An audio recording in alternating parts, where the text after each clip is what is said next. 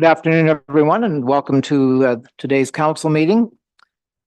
And I'll begin the meeting by reading our land acknowledgement. We would like to begin by acknowledging that we are meeting on the traditional lands and treaty territory of the Saugeen Ojibwe Nation, which includes the Chippewas of Nawash Unceded First Nation and the Chippewas of Saugeen First Nation. We also recognize the Métis, whose ancestors shared this land and these waters. We extend our gratitude to all Anishinaabe and Métis peoples and their descendants, past, present, and future, who continue to care for and inhabit these lands and tend these waters. Now I'll just ask you to join me in a moment of silent reflection before we begin.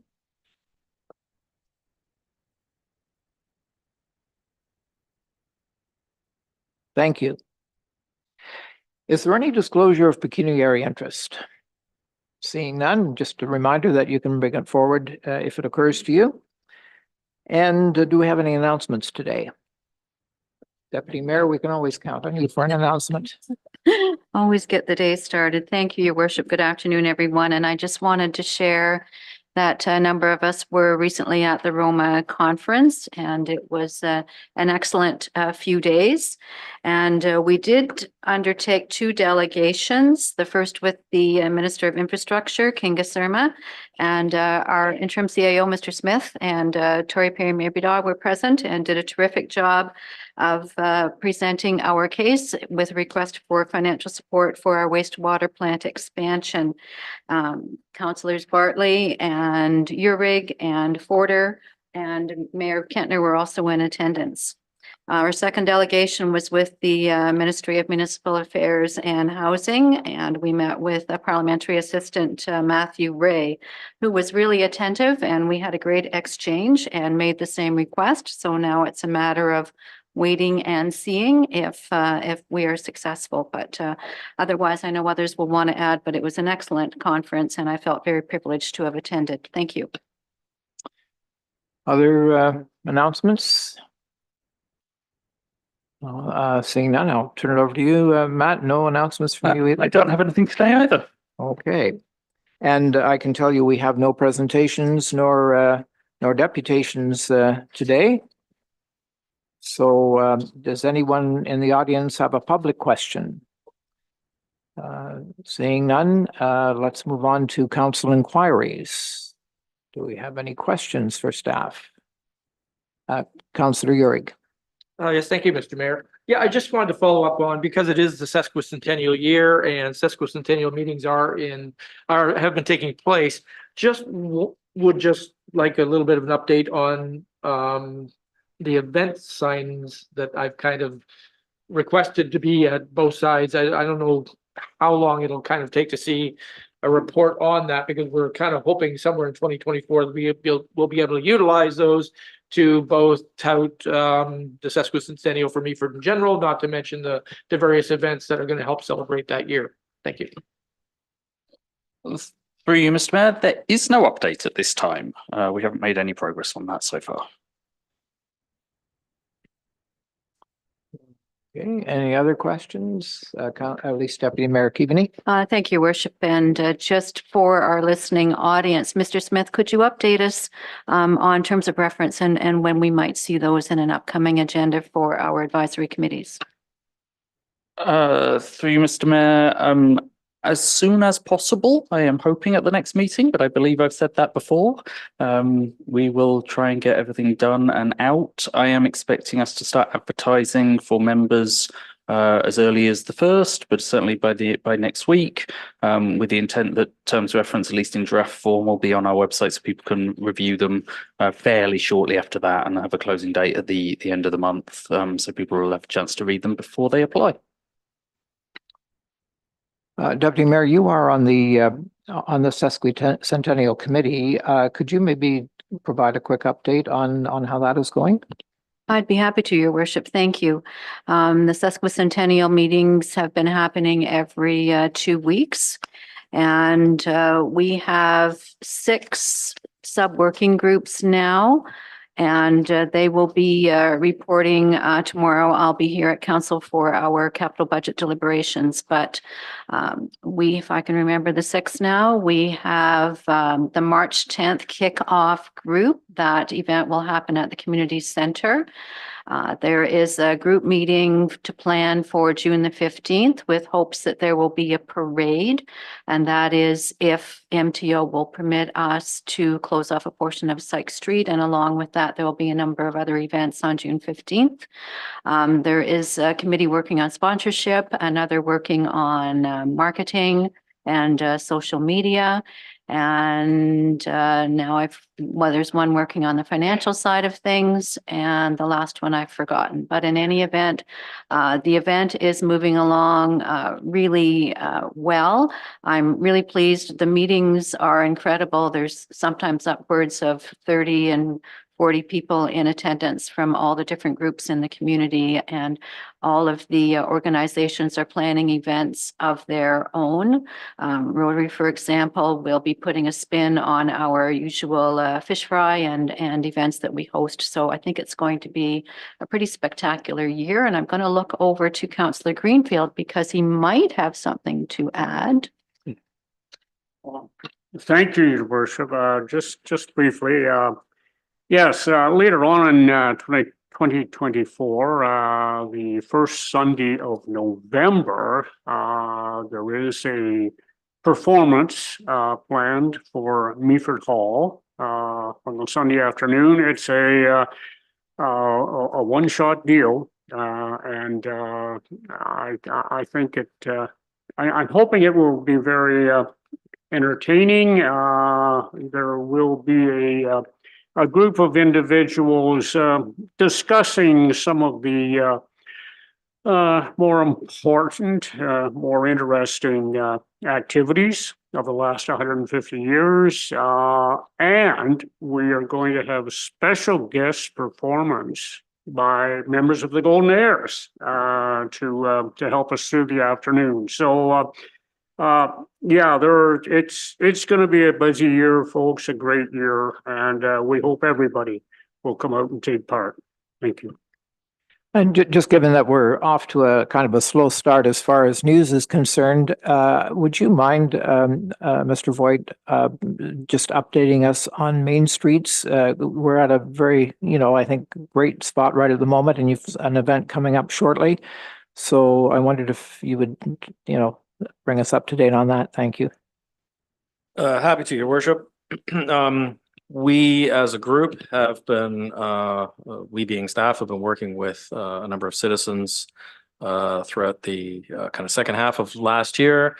We have the district defined that Main Street will be working under, the mission of the organization, its values, as well as we have adopted the work program, which is identified as a transformational strategy, which is all the work projects that will be undertaken this year. Of course, a lot of them are dealing with the mechanics of setting up a nonprofit. So we've got a preliminary budget outlined. We are in the last moments of getting our bylaws adopted. What else off the top of my head, the job descriptions of all the positions in there as well. So a lot of that kind of mechanical stuff. The good news is, and I think this is what you were speaking to, is that we've got a kind of work program launch meeting on Wednesday morning.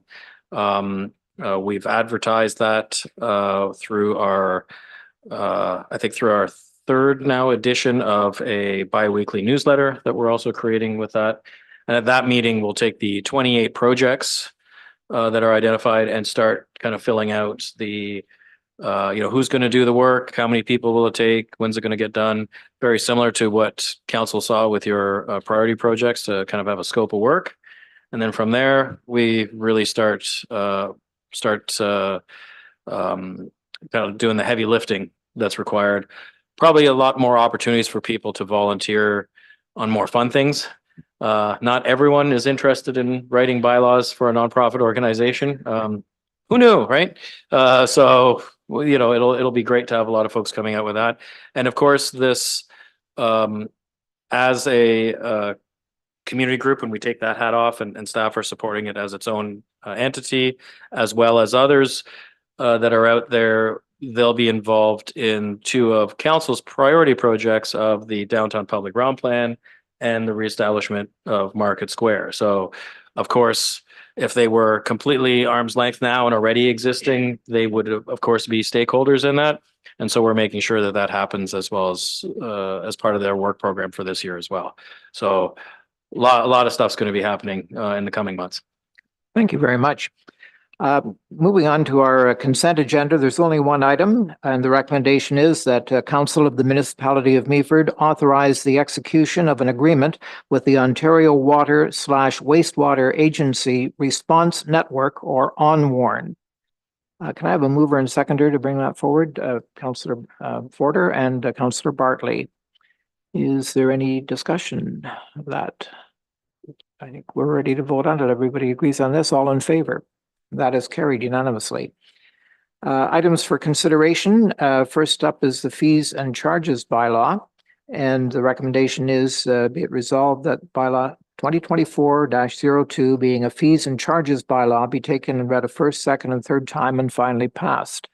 So we need a motion to put that on the floor. Deputy Mayor Keaveney and Councillor Bell. And I think we need some discussion of this. So who would like to start that? Deputy Mayor? Thank you, Your Worship. I'm happy to begin. We have had a look at this report before. I think the outstanding item to address with council today is the fees for pickleball.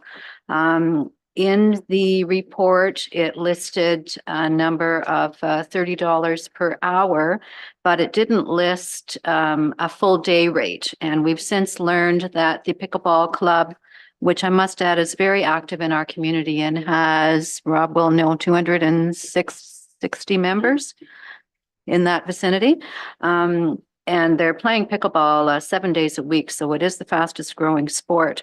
And in any event, the prior daily rate that the pickleball club was paying for use of the community center and of the arena floor when the ice is not in is $60 per day. So I'm going to suggest that we look at a raise to $75 a day, which is a 25% increase. And looking at it from that perspective, it is substantial, but I think it's still a reasonable amount to request from the organization for a day's use of either the community center or the arena floor, just to keep those figures consistent, recognizing that we raised rates at our harbor for docking fees by 5%, for example. So I think this 25% increase for pickleball is certainly substantial, but also reasonable at the same time. So I'll leave that for discussion. Anything else? Councillor Bell? Thanks, Mr. Mayor, and I agree with the comments of our deputy mayor, and I can support that.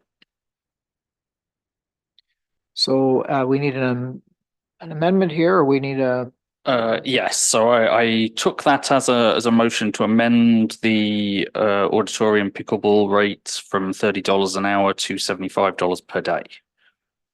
So we need a seconder for that. and are you going to second that, Tony? Fine. Any other discussion? All in favor? And that's passed unanimously. So I hope that's helpful. Next is the item. Oops, sorry. Sorry. Oh, I beg your pardon. Yes. Okay, so I need to vote on the actual amended. I think there may be some more amendments coming. Okay, sorry. Okay. Mhm. That's just fine. Go ahead, Councillor Bell. Thank you, Mr. Mayor. I brought this up a couple of times previously, and I am looking for comments. And I'm on page 48, the animal control. I had mentioned before, the first one's mentioned with an incident with your dog. Right now it's listed as free, and I had mentioned before, I think I would like to see an insert of $50. I chose that because a couple of other places in fees and charges it says for, a staff member to attend, $50. And the other one is the fee for a second time offense the same day and picked up. Right now it says it's $300. I think that's kind of a heavy hit. And I'd like to see that reduced to $150. And that's what I would like to see. So I'd like to move that and have discussion on that thought. Is there a seconder for your motion? Councillor Bartley? Go ahead, Councillor Bartley. Yeah, I seconded it just to open it up for comment. I agree with the first part, Tony, $50 for the first pickup. I fully agree with that.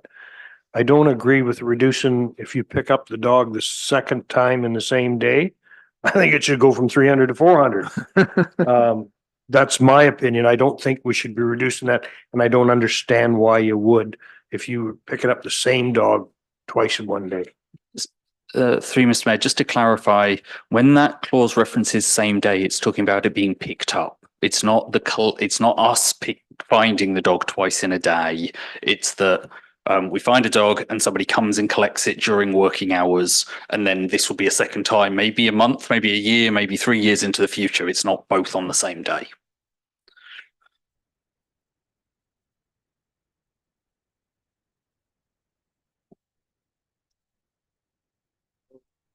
Your comments? Actually, I have to think about that because according to the other counselors, we always thought it was the same day. Deputy Mayor? Thank you, Your Worship. I'm in favor of the $50 for the first pickup, but I'm just curious about a couple of things. How many dogs do we typically pick up in a year? And what are the costs if there is a second pickup? I guess we don't know whether that second pickup would have to go to the pound depending on the time of day and day of week and so on. But what are those costs if it has to go to the pound? I might see if Rob can pull up a report that's got animal control numbers on it while I start the second half of that question. I'm trying to get this fairly clear because it perhaps isn't so far. There are a lot of different fees in the fees and charges bylaw for dog pickup. There are fees that we have to go and get a dog, and then during our then if it's during the day, that dog gets stored temporarily at the fire hall. We have a little fenced-in enclosure at the fire hall. So if you come and collect it from us while we're during our working hours, so before 4:30 that day, that's what we class as a same-day pickup. And so there's fees for that, and that's the one that Councillor Bell is talking about. If we have to deliver it to the pound, that's a different fee because we have to pay the pound fee. So that's $250 if you go and get it from Georgian Tribal Humane Society on the same day as we found the dog. The third option is if you don't collect it on the same day from the Humane Society, then you have to pay the boarding fee on top of that $250 because they will charge us for that. So the costs involved in picking up a dog for the second time, a month later than we did it the first time, are no different from doing it the first time, but it's designed to be a penalty because we give you one free to be nice, but then if you let your dog get loose a second time and we have to do all the work again, then that $300 is designed to be a penalty there. So it's not about the cost of it necessarily because it doesn't, if it goes to the pound, there is still costs on top of that. Councillor Bartley? So I didn't get all of that, Matt, and I'm sorry. But did you say if you picked up my dog, took it to the fire hall, and I come and got it, what would you charge me? If you hadn't done it before, right now, nothing. Under Councillor Bell's proposed amendment, $50. Okay, thank you. Mr. Boyd? Thank you, Your Worship. I was able to quickly find some numbers here. So under animal control, there were 132 files in 2023. And under animal control dog at large transfers, it was 17. That 17 was up from 12 on the previous year. And then there's some, I believe these are the The charges under the DOLA, Dog Owners Liability Act, there were 6. The previous year, there were 14. From my discussions with Holly about this, the information campaigns they've been leading, also with the information about the licensing program, and I believe what Matt was saying about the greater costs escalating as you have multiple infractions, I do believe is helping on some of the more problematic ones, hence the less charges, but we're still seeing a fair number of animal control related incidents. Again, 132, that's a lot every month. Councillor Bartley? Thank you, Mayor Kentner, and maybe over to Val. I don't have the paperwork in front of me from the budget, but I believe animal control costs a municipality about $100,000 a year.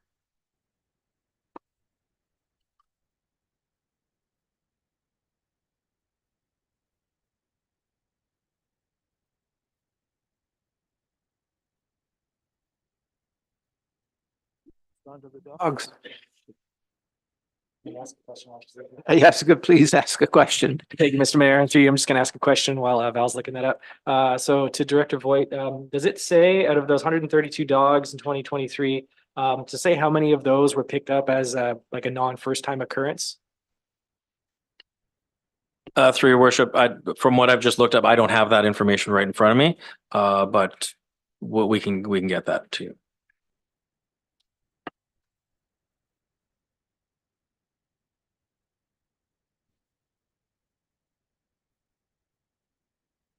Getting to the to some numbers here. Well, it's an important number. If it's 100,000, I Well- think that would surprise most of us. And now it matters because Val and I are racing to try and find it. So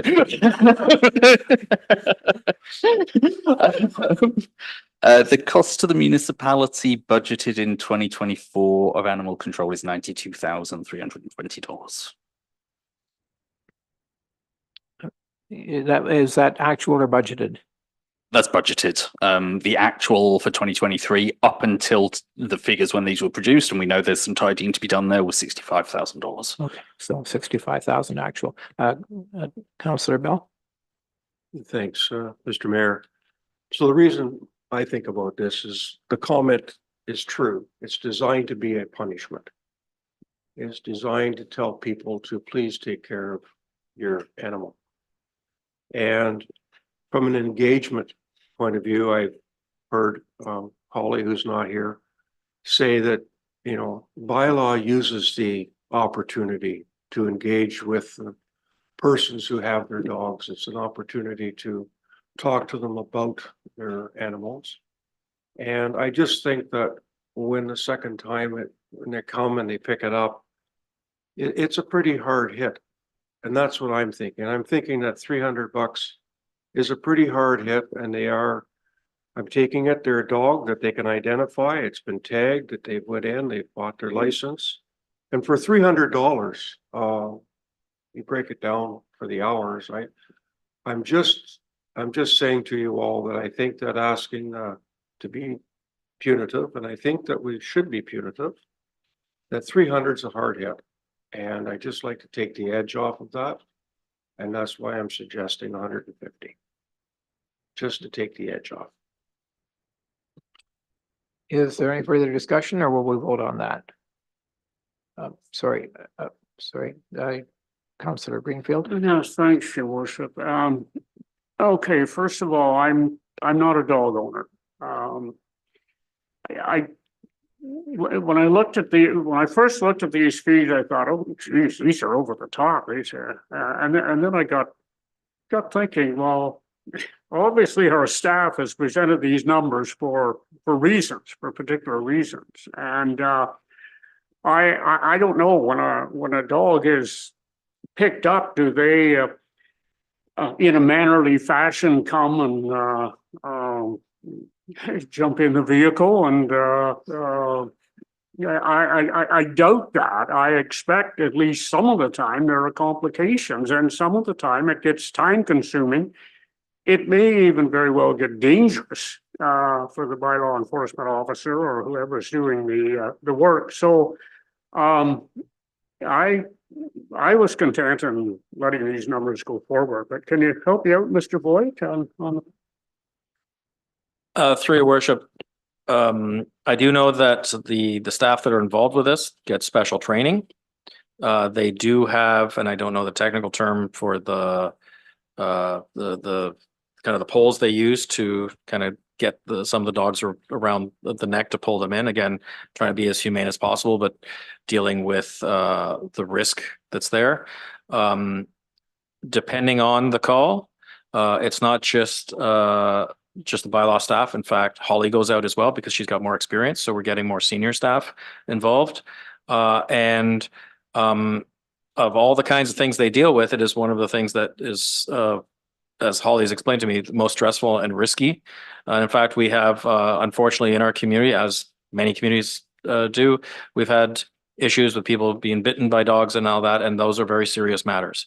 So it's, I think, as you've characterized it, I would say, is everything I've heard is accurate. It's not always just calling a puppy into the back of a van and saying, let's go. There's some risk involved. Councillor Bartley. Thank you, Mayor Kentner. I believe that we have to split Councillor Bell's proposal in two. There's two different things we're voting on. If we vote no, they're both done. Does that sound correct? I think likely. We can certainly take the amendment in parts, yes. So the first part of the amendment is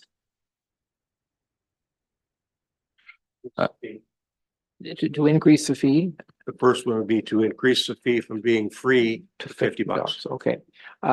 Everybody's clear on that? All in favor of that? And that's carried. The second part is that the $300 being reduced to $150. Okay.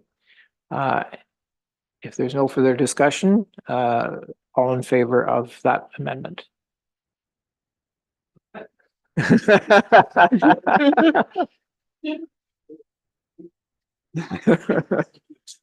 Well, thank you for bringing it forward, Councillor Bell. Go ahead. Thank you, Mr. Mayor. On page 52, there's items there that are talked about for the peddler and hawker licensing. And I have just some basic questions about that. I think it is page 52. Yeah. So when we have events, Christmas on the Bay, when we have Scarecrow and they're down at, the community center and the arena, it says there's things there for hawker and peddler for a resident. My question is, resident in my mind is someone who may not have a business, but has this that they like to do for arts and crafts or selling goods, and we would charge them a fee to do that, even though they are a resident of the municipality of Meaford. My question on Christmas on the Bay and on these other things is, do we charge our business people who pay taxes here a license to be a hawker and a peddler? So no, we don't charge hawker and peddler licensing fees or require a license for people who are at approved events. Okay. These are designed for people who might be going door to door knocking, or who might be just trying to be on a street corner at a random day of the year and so on. If you're part of an event that we have given our approval to, then we don't require licenses for that, for the reason that you explained. And thank you. And so folks that were heavily engaged with Christmas on the Bay, we obviously would have had folks that came in from afar. They would have been charged to set up for a tree, their little booth. Okay, so I have no amendments on it. I just needed some clarification on our thinking as a municipality. Thank you. But they don't pay a hawker fee at all to the municipality? No, they would pay whatever Christmas on the Bay asks them to pay for the position, but nothing to us. Councillor Urick? Thank you, Mr. Mayor. Not related to that, but yes, Tony, that's correct. I have a couple questions about the arena on page 66, 65. So, and just to confuse the original amendment that the deputy mayor brought forth regarding pickleball, I think there was one caveat there as well that that was specified specifically as the auditorium.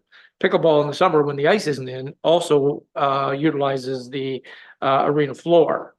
And they were seeking that same charge for the arena floor, because I believe they were charged the $60 last year, whether it was the auditorium or the ice floor or the non-ice floor. So I think they're asking for both, and I just want to make sure that that's clear, and we make the amendment to make that clear if we're in agreement that it's going to be 75 a day for either surface. I'm glad you brought it up again because I had some questions about the first as well. Mostly about what we're constituting a day. So I personally, we don't bring extra staff in for them to play during the day, if you will, because the arena is running and people are there until 11 at night. So it's all kind of covered. It's the April to when things start happening at the arena again. If there's an evening game, then we are bringing staff in, and that is their sole purpose, is to be there for that reason. So in my mind, I have a question about whether it's a day versus an evening or what that might look like. And then your question about the space is kind of its own thing as well. Sure. I can, if we can allude to the audience, we actually have the scheduler in the crowd. So they could answer the question as to what hours that would dictate in the summer. Eileen, would you be able to clarify what those hours would be in the summer? What days, what the hours would be in general for the arena floor in the summer? Last year we started at 10, and sometimes we would have 2 or 3 sessions during the day, and then we have one in the evening. Okay. So back to you, Jessica. Staff are there from when to when normally in the summer? So my understanding is that in the summertime, we have staff in generally from 7-ish, somewhere between 7 and 8 to later in the afternoon. So 3-4 kind of thing. If the April to September months that we just don't have coverage all the time in the arena, and it works out well now because we do, and it's no different. But in the summertime, we won't. So my understanding is someone would come in to make sure everything's open, on, and closed. How did we cover that off last summer? Because, and again, I wasn't a member, so it's just for education. What happened last year when pickleball was playing during the day in the arena in the summer? Any idea? Anyone? Bueller? That's a question I really wish you hadn't asked.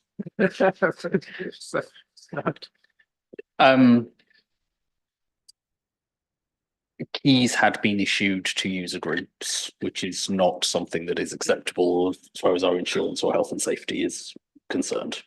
So I'm not available anymore. Okay. Deputy Mayor? Thank you, Worship. And again, I'm not a pickleball player, but is it not my understanding that most of the time in the summer they play outside down at the harbor and so on? Play both indoors and outdoors? Okay. Is it possible to have one of the pickleball representatives here, Matt, kind of ask them questions to this regard? Not in the middle of a council meeting, no. So I was afraid of. So how are we going to address this?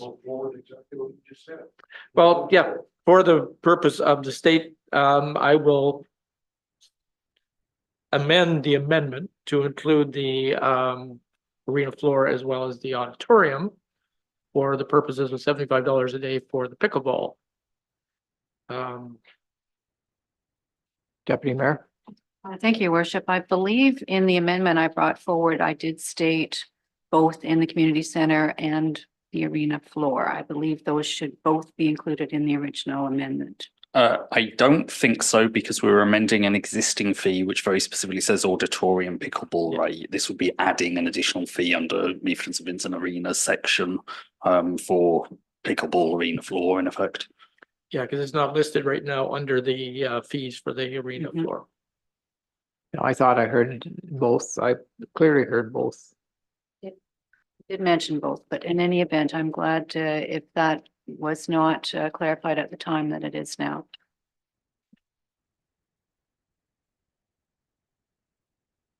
So we would just need a seconder and a vote then, just to tidy this up.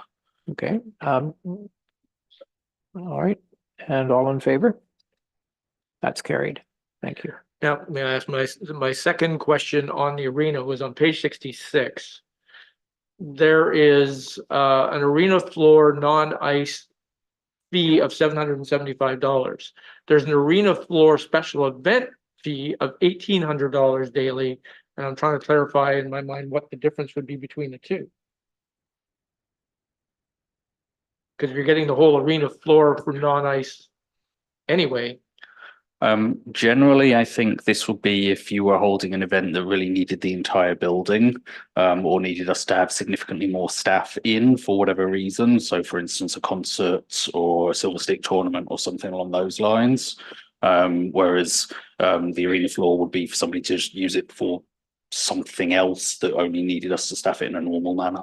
So Or I didn't think we have should additional clarify risk. that, for example, if when the Apple Craft Harvest Festival takes up most of the building, does this apply to that?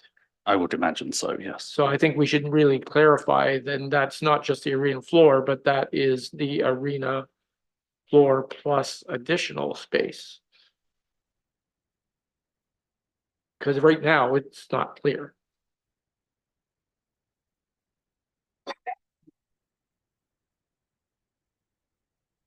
We can change it however you like. I think we know what we are interpreting that as, but I Yeah, don't but know I'm quite not how, sure how anybody to. in the public who reads this will understand or reading our mind that they know what it means. Well, anybody who's renting the arena floor, ice or no ice, end up talking to our staff and would be talked through the fees. But if you've got a better way of phrasing it, well, I'm all ears. I just don't know what that is right now. Well, if you're telling me that it is inclusive of the non-ice surface plus additional amenities in the arena, I think that's pretty clear to put. Arena floor plus other space or amenities. Okay. Does this just devolve from the fact that it's been different strokes for different folks over the years? Perhaps. I just trying to understand it, you know what I mean? It's So because this is a bylaw that's been published like that, if we want to amend the wording like that, we would need a seconder for that as well, and a vote, just because it is a formal bylaw at this stage. I think that we need to be consistent, or every single rental is going to need a judge and jury, you know what I mean? So is there a seconder for that? To make it the entire facility? Or should there be a separate one charge for renting the arena floor and another charge for renting the whole facility?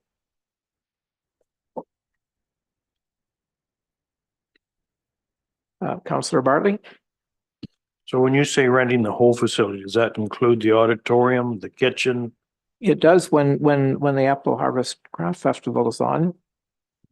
And this specifically right now says arena of floor, special event, nothing more. See, I think they're two different things. I do too. So maybe we need to amend the actual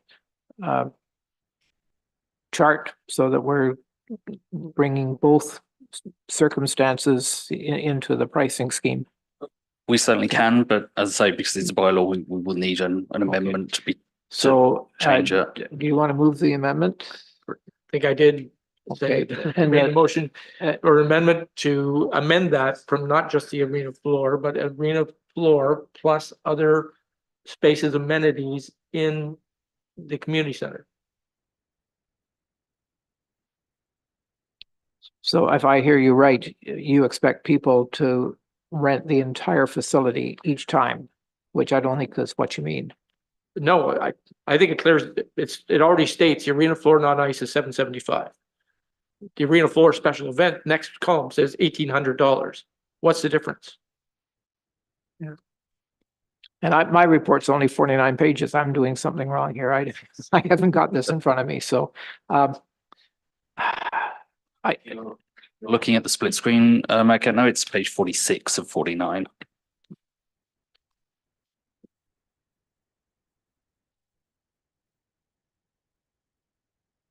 yeah, my read on that is that a special event is something at which there is alcohol for sale. I'm thinking. And that would account for the difference in the rate. Do they sell out?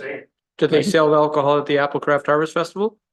I don't believe so, Well, but that I presume gets the $1,800 rate because they keep the whole facility. well, so I don't know what rate they're getting, but what I do know is that they do rent the entire facility. So through you, Mr. Mayor, I've just gone back to the report from 2 weeks ago, and this is a proposed new fee. It has not been in existence before. I am not the manager of parks, and so I don't know exactly what it was that was being thought of when we were putting this in, but I suspect it relates to the concert that was held there a few months ago, where we did have to bring in a lot of additional staff and so on. So I don't think it necessarily relates to use of all of the facility. It more relates to the number of people in the building and the staff that we have to do. And there was a dance in the arena floor earlier in the year, last year, and there have always been dances on the floor there over the years. So I think that we're skidding our wheels here largely because there are more possibilities than are exhibited in this fee and charges chart. My problem with it is it does not declare what a special event is. So what makes it a special event that gets charged $1,800 versus $775? As I say, I would imagine it relates to the number of people who are there, whether the building has to be used for longer periods of time to do setup of stages and things like that, and how many staff we have to have in the building. But if council doesn't think this is appropriate, then we should just do an amendment to remove it. Well, I think that any event that has a special occasion permit is going to make money at the bar, and that's probably it results in more expenses in cleaning up and everything like that. And I imagine that's what it's designed to cover. So it wouldn't relate to special occasion permit because the building is fully licensed, and so we are the license holder.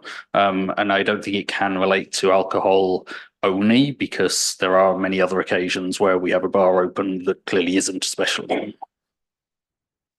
Through you, Mr. Chair, I think the Apple Harvard Craft Show is a great example. So when I think of the staffing that goes into that, it is large. Like it starts early in the morning, and I think someone could do garbage on their own as like a continual cycle through the day. So those are the types of that, including washroom cleaning and all the stuff that comes with it. So it's definitely above and beyond a normal staffing at the facility. And can anyone say like what they are being charged for the facility? Like, is it 18? Is it 750? Like Off through you, off the top of my head, I honestly don't know, but I can get the information for you. Sorry, Your Worship, through you. What makes this even less clear to me is because, to your point, the next two columns say arena floor after 4 p.m. and weekends is $60 an hour. So once again, if I'm holding a special dance there, I'm expecting to get it at $60 an hour. And now all of a sudden I'm saying, no, you got a special event, it's $1,800. What's the difference? Yeah, Councillor Bartley. The difference is you're using the stands, which have to be cleaned. You're probably using the kitchen, you're using everything. It's the whole arena is, I think, what the second thing is, not just the floor. But all four of those things say the floor. If you look at those four things, that's the problem. I believe, like Matt said, you have to make amendment on the second one that it includes the building. Okay, And I've done that. I already said with space and amenities. Okay, and I'm going to call the vote. All in favor? Okay, does that resolve it? Okay. Councillor Bartley. Thank you, Mayor Kent. Just a couple questions. On the gallery in Meaford Hall. So you're moving the south gallery charges, both 4 hours and 8 hours. It used to be $160 and $250, removing it all together. So we're not charging to use this. Is the south gallery the art room? So the South Gallery is the one that basically forms the corridor along past the washrooms towards the Opera House and so on. So it's basically impossible for us to rent that separately because it means that you've got to have the North Gallery as well because you can't get through a private event to get into the North Gallery. So that's why it's now set up as a combined galleries fee for both or just for the North Gallery if you just want a private space. Okay, thank you. Question 2, if I may. On the next page, the boardroom, 8 hours was $200. Now you're removing it. So it's just $40 an hour. So there would be no discount for having it all day versus hourly. We find it very rare that we get that sort of booking, or if we do, it's likely as part of a larger event like Christmas on the Bay that has a rate for the entire building. Community groups also get the boardroom for $20 an hour as well. Okay, thank you. Any other questions? If not, call the vote on this. All in favor? That's carried. Thank you. The next one is the EV chargers update, and the recommendation is that Council of the Municipality of Meaford authorize the submission of an application to the EV Charge On program 2023 through 2024 for 2 level 3 100 kilowatt electric vehicle chargers at the proposed 28 Nelson Street West parking lot. A mover and a seconder for that, moved by Councillor Greenfield, seconded by Councillor Bell. Any discussion on this? Councillor Bartley? Thank you, Mayor Kentner. As of yet, I am not an electric car owner. I plan sometime. And I actually was just flabbergasted at the difference in price between level 2 and level 3. But I firmly believe level 3 is where you should be. So, you know, a 2-hour charge versus an 8-hour charge. The company that we may use, I read somewhere, I didn't know if they were a good company or a bad company. Have we got any statistics on what was it called? Through your worship, I'm not sure if in the report I actually included the name of the company that we will be using, but there is the company that the county is using, which is Ivy. Is that the name? So the county has a separate project. They went through a procurement process to acquire Ivy and have vetted them. And so they're moving forward, I guess, with them regardless, and they're putting in the level 2 chargers or applying to put in level 2 chargers in Meaford. At this point, in this report, I didn't identify who we will be using, but we most likely will be going through the LAS canoe procurement process, and Flow is the company we'd be looking at right now. Thornbury and Collingwood, and I think Owen Sound as well utilizes them, so it would create some consistency as well. In addition to this report, I've recently found out there's additional funding that we can apply for that can stack on top of this funding, so it could actually maybe cover more of the cost than what is shown in this report. And Flow is the recommended provider, or the like, they are taking priority, so even more benefit if we go with them. But that's who we're looking at this time. Deputy Mayor? Thank you, Your Worship, and I'll speak to it in my county report. But yes, the county is using Ivy, and Ivy is applying to MTO for funding. And there has been a plan established for level 2 and level 3 chargers across the county. Meaford is slated for number 2, as we know, and Thornbury has a number 3. So I wondered, you know, why Thornbury gets a 3 and we get a 2, but I guess the thinking is that, you know, if there's a level 3 that close, that they wouldn't make that large of an investment in Meaford. So that being the case, and there's no guarantee we'll get the county chargers. It depends on what kind of funding Ivy's able to secure. So I think my concern is, I'd love to see us have a level 3. I understand it's $100,000, but how do we evaluate how many chargers we need overall. And should we wait until we see what happens with the county, or do we go ahead and put chargers in anyway? Go ahead, Tori. Through your worship. We haven't done a detailed analysis yet as to how many chargers are required. I think we can all agree that the number will continue to increase as more and more electric vehicles are on the road. The intention of having the level 3s with the support of the level 2s through the county program is they're very much providing different services. And I don't think having one will necessarily compete with the other. From speaking with some of our neighboring municipalities, I know, for instance, in Collingwood, there are a significant number of more chargers, or level 3 chargers than what we're proposing, both private and public, and level 2 chargers as well. They've indicated at this point they're seeing good uptake, but they don't see the need for more.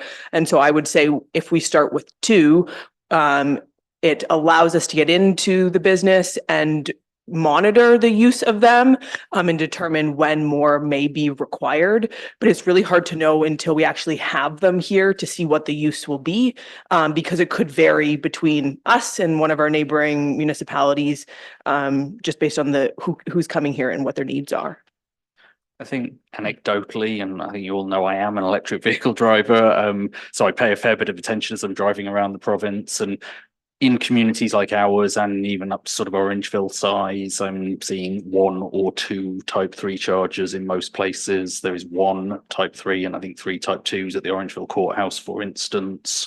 So I think 2 would be plenty for us. And then if the county is able to fund a handful of level 2s in a slightly different location, I do not see us needing more than that. The level 3s in particular are, you know, when I use them, it's normally for 20 to 25 minutes because you want a quick extra 100 kilometers to get you home. It's not for full charges and so on. So I think, you know, having 2 of those would be plenty for this community for the short bursts people generally need. Councillor Bell, you're next. Thank you. And I think the comments have been good. They're solid. I think what I'd like to just talk about a little bit is how well financially we can probably make out on this. That what was in our report was the level 3 from 50 to 99 kilowatts, $75,000 a piece. We're talking 2 of them. There's 150,000 right there. I can also verify to a good degree in our report, we need to do hydro upgrading, and that is listed at 100,000. Well, I can only tell you my own personal experience upgrading the electrical service into the farm to get it as a farm distribution hydro. And I went through quite a bit of money, not that, but I can see with the hydro upgrades that money that's put there from a budgetary point of view, or from that as 100 grand, I can see hydro being a big chunk of this. And then the engineering to make sure what's going on. So we come up in our report at $285,000 for 2 chargers. Well, the report also said that it's going to ultimately cost us $71,250. We get 2 of them. And I think that's a good deal. That's less than 75 grand to buy one without talking about the hydro upgrades and everything else. So I like this. I like to do the 2. I like where they're going. But I'd also like to just bring, just for attention, I watched a program on television the other night on Marketplace. I don't know how many folks seen that. Right now, and maybe Mr. Smith, you can make comment on it since you use this. Marketplace said that the charging either per hour, per minute, per kilowatt, it's kind of up for grabs what you can see at a particular charging station. So this is something that we will have to get into. What we determine, we're going to say to plug in here what it's going to be. So was Marketplace kind of accurate on that? Yes, very much so. There are some places where even level 3 is a free charge, and that's just an investment that either that business or that locality has decided they want to make. But yeah, you can see anywhere from $10 an hour to $30 an hour.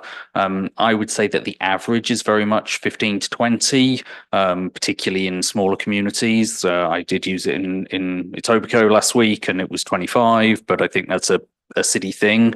I would think that $20 an hour is a reasonable rate, and it's still, and that is then done through these networks by the minute, because a lot of it is done through an app. So, if I'm plugged in for 18 minutes, I get 18 minutes worth of the $20 an hour, and you do it that way. Tori? Through your worship, just to add to that, as identified in the report, we will be coming forward before these are installed with more details on the revenue rates. Obviously, we're in a bit of a time crunch, since this grant funding is due in 2 days. And so we just wanted to make sure that the information was in front of council and that a decision was made in how we were to proceed in the grant funding. But I think it will be very important to see what other people are doing and be representative in the market, but also understand what our desires outcome is and how much revenue we do want, because I know even between Collingwood and Town of the Blue Mountains, their revenue rates are quite different because they have received different direction in what the ultimate goal is. And so you will be provided that information and what we can do. The service provider themselves also can provide some information. Obviously, they're running hundreds of chargers throughout the province, and in other locations as well. And so we can get information from them. It's also a rate we can change. It's our choice. And so if we find that we aren't making out the way we're hoping, or maybe our rate is stopping people from using them, we can try out different rates and find the right one that works for us. So we can evaluate it once it's in place to make sure that we feel that it's providing the outcome that we're looking for. I really appreciated the report. I think that what I like best is you're covering all our options so that we can get more faster. And I think, and then it's up to us what we charge. Councillor Urick was next, and then Councillor Bartley. Thank you, Mr. Mayor. Yeah, I agree with Tony. I mean, to me, this is still economic development on twofold. One, puts Meaford on the map, and it does help our downtown community by literally having people shop here. Plus, it is revenue generation to help offset that cost eventually. My only question is whether this has any impact on the county's desire to kind of do this in concert with us, because we're doing it independently. Does that have any influence on them saying, well, Meaford's doing it, we're not gonna, do they need us? I think Tori has an answer. Through your worship, we've been in constant communication about their program, and they are aware that some of the municipalities are looking at applying for the same grant funding and have identified that they don't see any concern with that. I think especially considering we're applying for a very different portion of the grant funding, I think that helps us. Meaford also currently has no public EV chargers. A lot of the communities that are being applied for through the county program. And again, it's also not just Grey County. There's like a large number of other counties that are also involved in their program. Some of them already have EV chargers and they still feel that it's beneficial to have them in their network. So they have not identified any concern. And I think because of the differences in our applications, we still have a good chance through the application process. But again, it's grant funding. And so we can cross our fingers and hope that we get the outcome we're looking for.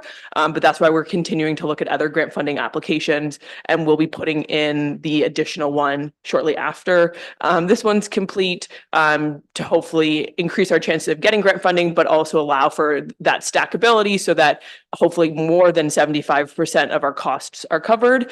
One grant identifies you can cover up to a maximum of 90% with the additional grant funding, and the other one says 100. So I'll have to check to see which number we can actually go to, but there's a potential that we could get at a minimum up to 90% if we're successful with multiple grants. Councillor Bartley. Thank you, Mayor Kentner. The figures you threw out, Tony, were astronomical. But if you look at the grant funding on page here, the grant funding goes way up to as high as $225,000 for 2 chargers.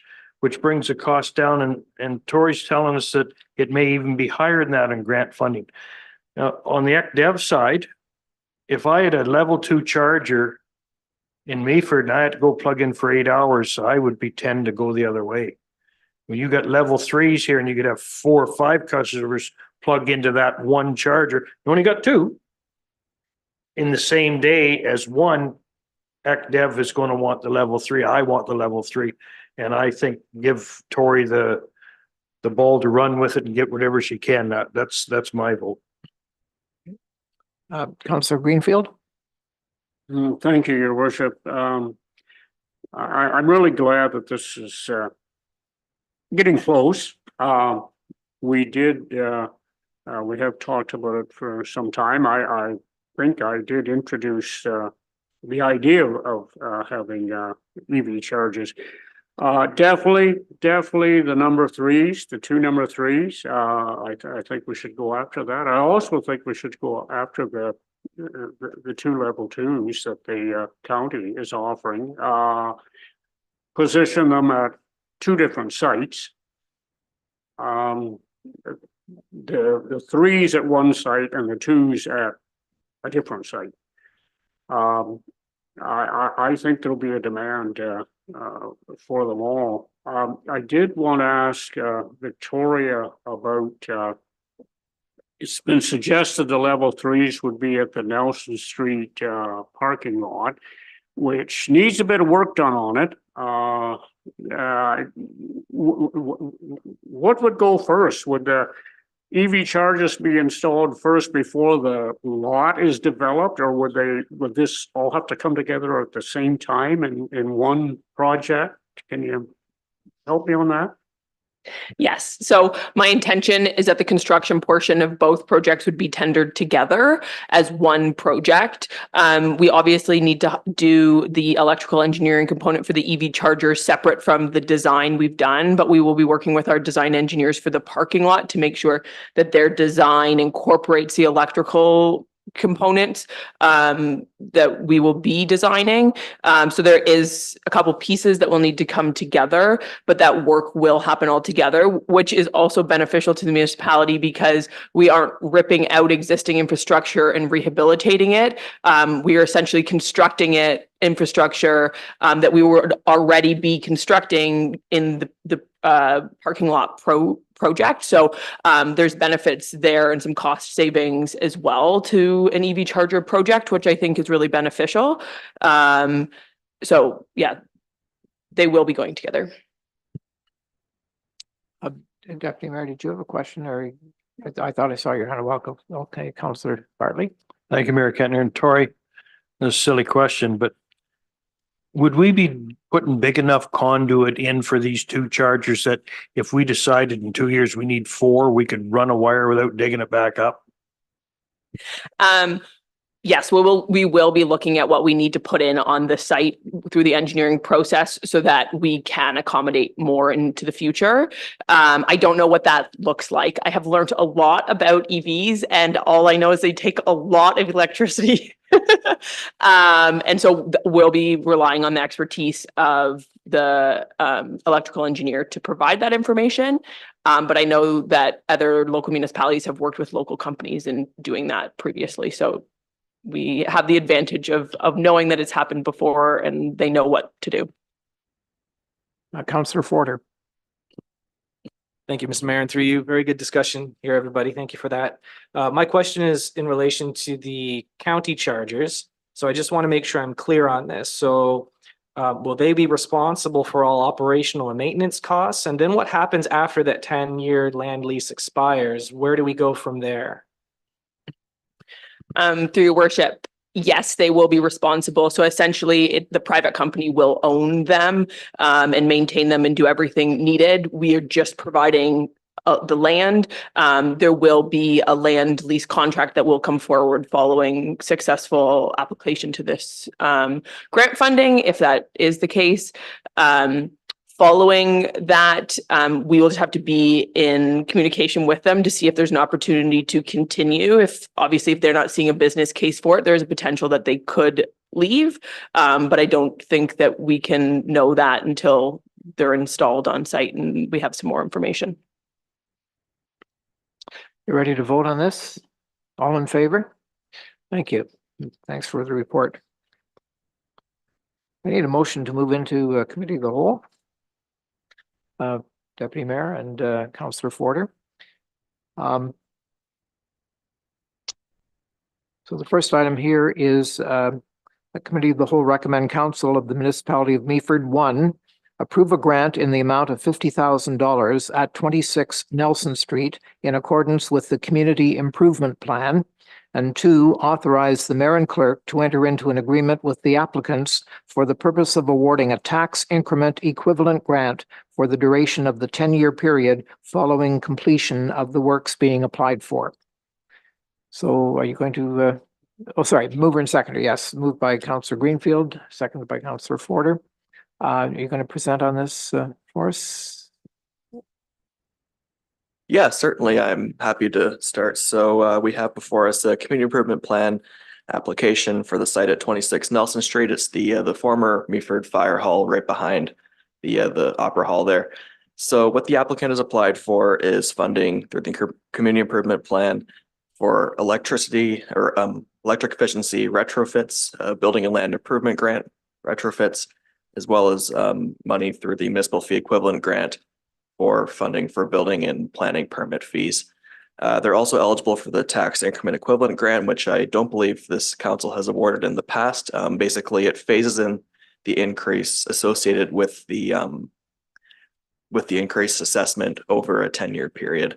And it's a tool that many lower tier municipalities have in their CIPs as well. We have gone through the report and the applicant has met the eligibility criteria for all of the components in the recommendation, and we're happy to take any questions you may have on this. And we're happy to have this report too, because this is a really, really good news. Questions or comments? Councillor Bell? Thank you, Mr. Mayor. So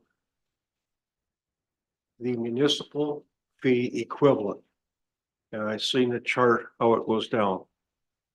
Can you tell me in its principles that as taxation then would be increasing because of taxation increasing, this cancels it or it reduces it?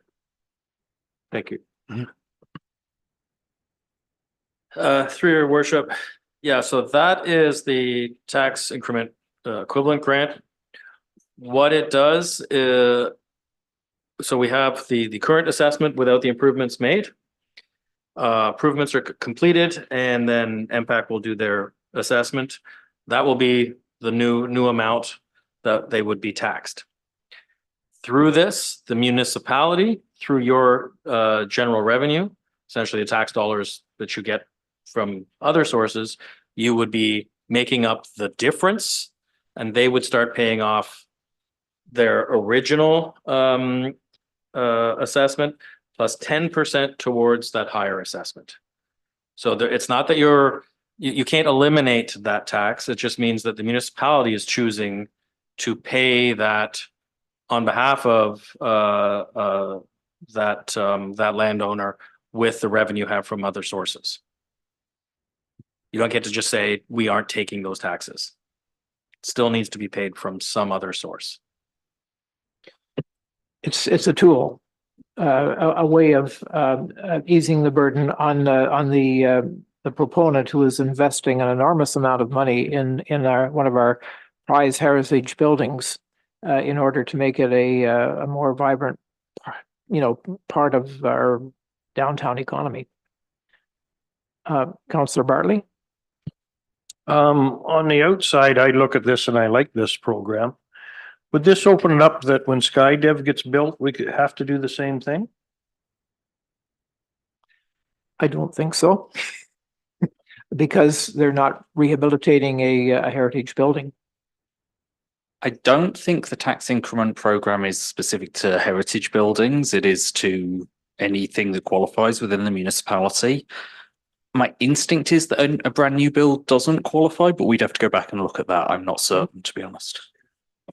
One of the things that is a small concern about these sorts of programs, which as the mayor says are excellent programs and really good incentives, is that if people genuinely start to use them, they could get expensive pretty quickly.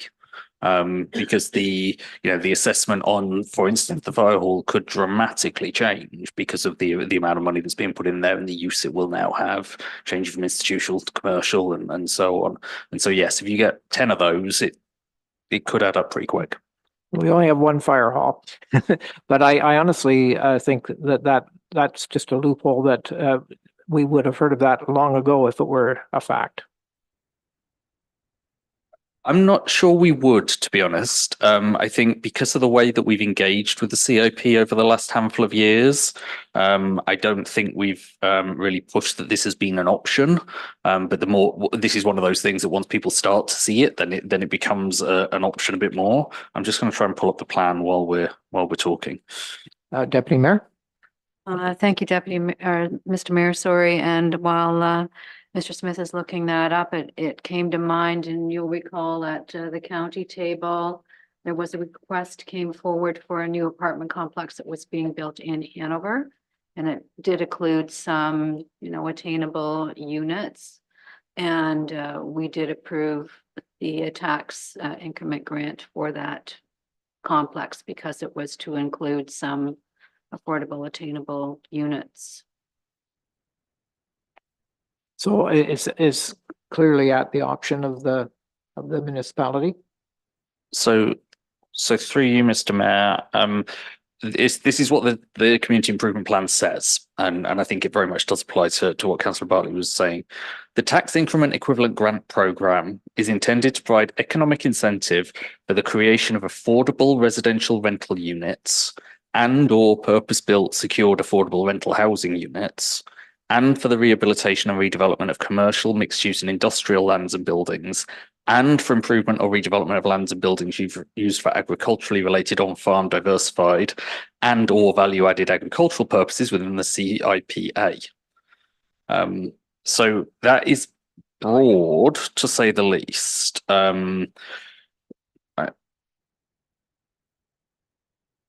So eligible costs include development, redevelopment, adaptive reuse, or major additions to a property for commercial or industrial purposes, the creation of purpose-built, secured, affordable rental housing, or the creation or expansion of agriculturally related on-farm diversified value-added architectural uses, infrastructure, professional services by an engineer, architect, or registered professional planner for one of those things, energy efficiency improvements, any combination of the above. Note, major additions involve an increase of at least 25% of the existing gross floor area and/or the creation of purpose-built rental housing units. Councillor Bartley? What you're saying is, if I build a $3 million dairy barn, that would fall into that category. If that is creation or expansion of agriculturally related on-farm diversified or value-added agricultural uses, yes. And are you saying that a person could simply apply and would get the money whether council voted or not? No, all CIP applications come to council, but that's what our plan says. And I think, particularly in terms of community improvement plans and economic development, if we are seen on a regular basis to have a plan, but then to not abide by it, then the message will get out to an economic development community that our plans aren't real. Well, I think this is a great example than the one that we have approved here and the other one, because they both involve heritage buildings in a heritage district. And I think that we're on pretty safe ground here.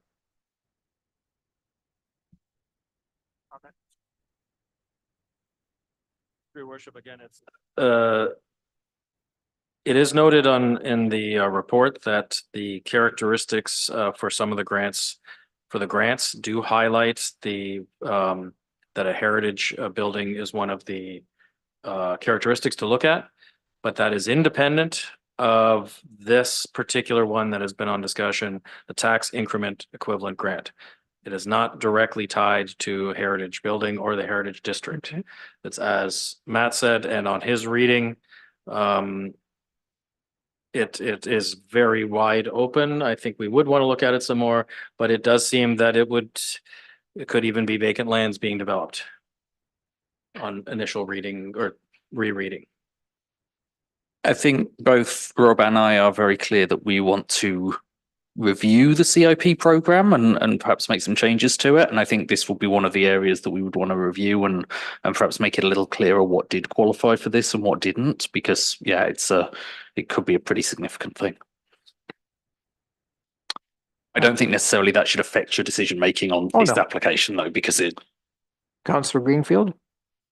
Thanks, your worship. Through you to Mr. Smith, a couple of questions. Now, this all depends on the amount of money that is available in these grants. I mean, we've got municipal fee equivalent grant program, emergency efficiency retrofit program, and the building and land improvement program. So that amount is set annually, I believe, or those amounts are set annually. What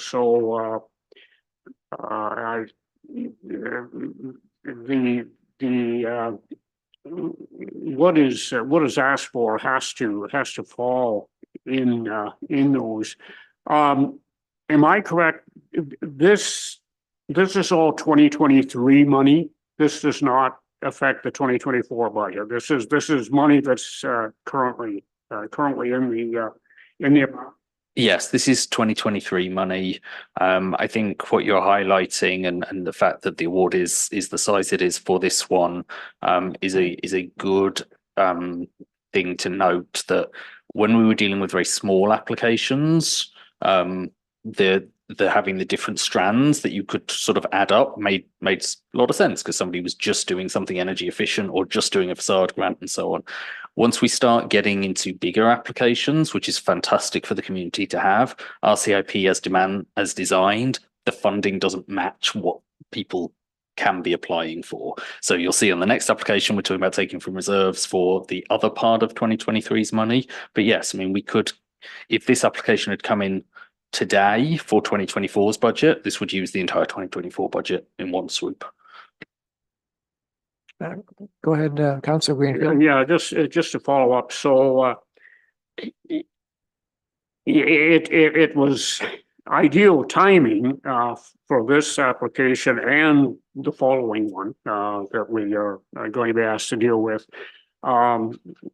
It's come forward mainly because we still had funding left in that budget. Now, going into 2024, depending on how many requests come forward, we may not be able to do this type of thing. It depends on the dollar amount that's there or that will be there. Yeah, absolutely. We do have a reserve in place right now, and that reserve's been made up of unallocated money in previous years or applications that were awarded and then the project never went forward. You have a limit of, I think, 12 months to complete your project or your award lapses. So we do have money in that right now, and we're starting to take from that in the next application. But at some stage, yes, we could not have any money. The other thing that Rob's just reminded me of is that when we talk about the tax increment equivalent grant, that isn't, we don't have a pot of money for that right now. So when we get into that in 2025 for this application or in the future for that, we'll have to decide whether we're listing that as a write-off or whether we're taking money out of the $50,000 for the CIP and transferring its taxes and so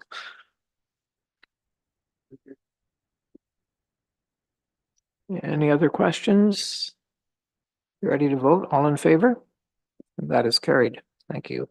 The second one is recommendation that Committee of the Whole recommend Council of the Municipality of Meaford approve a grant in the amount of $20,800 at 40 Syke Street in accordance with the Community Improvement Plan.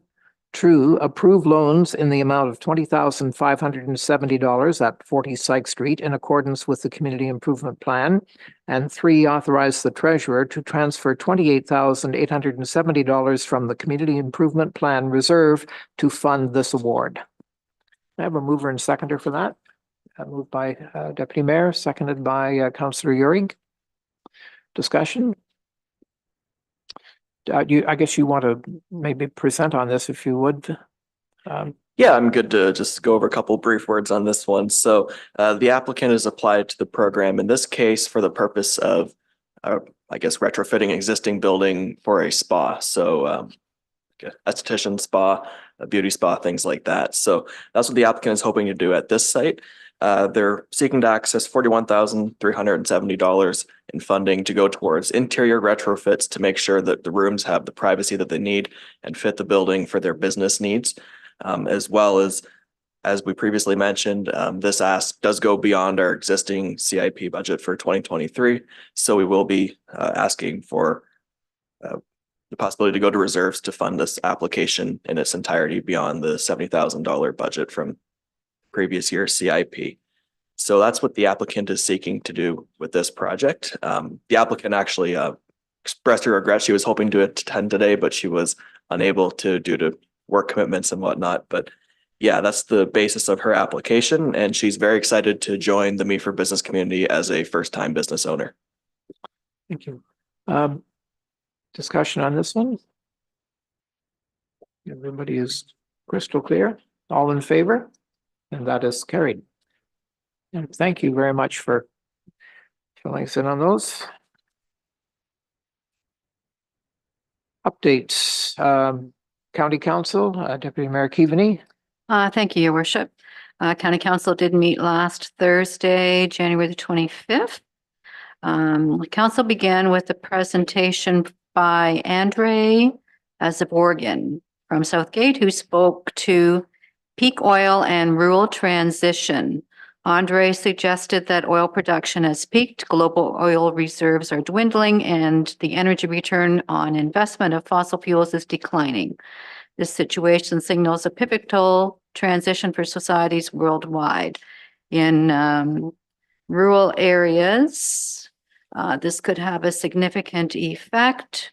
And he suggests that we need to be thinking about healthcare, education, transportation, and agriculture. He wants us to embrace sustainability so that we can transition smoothly.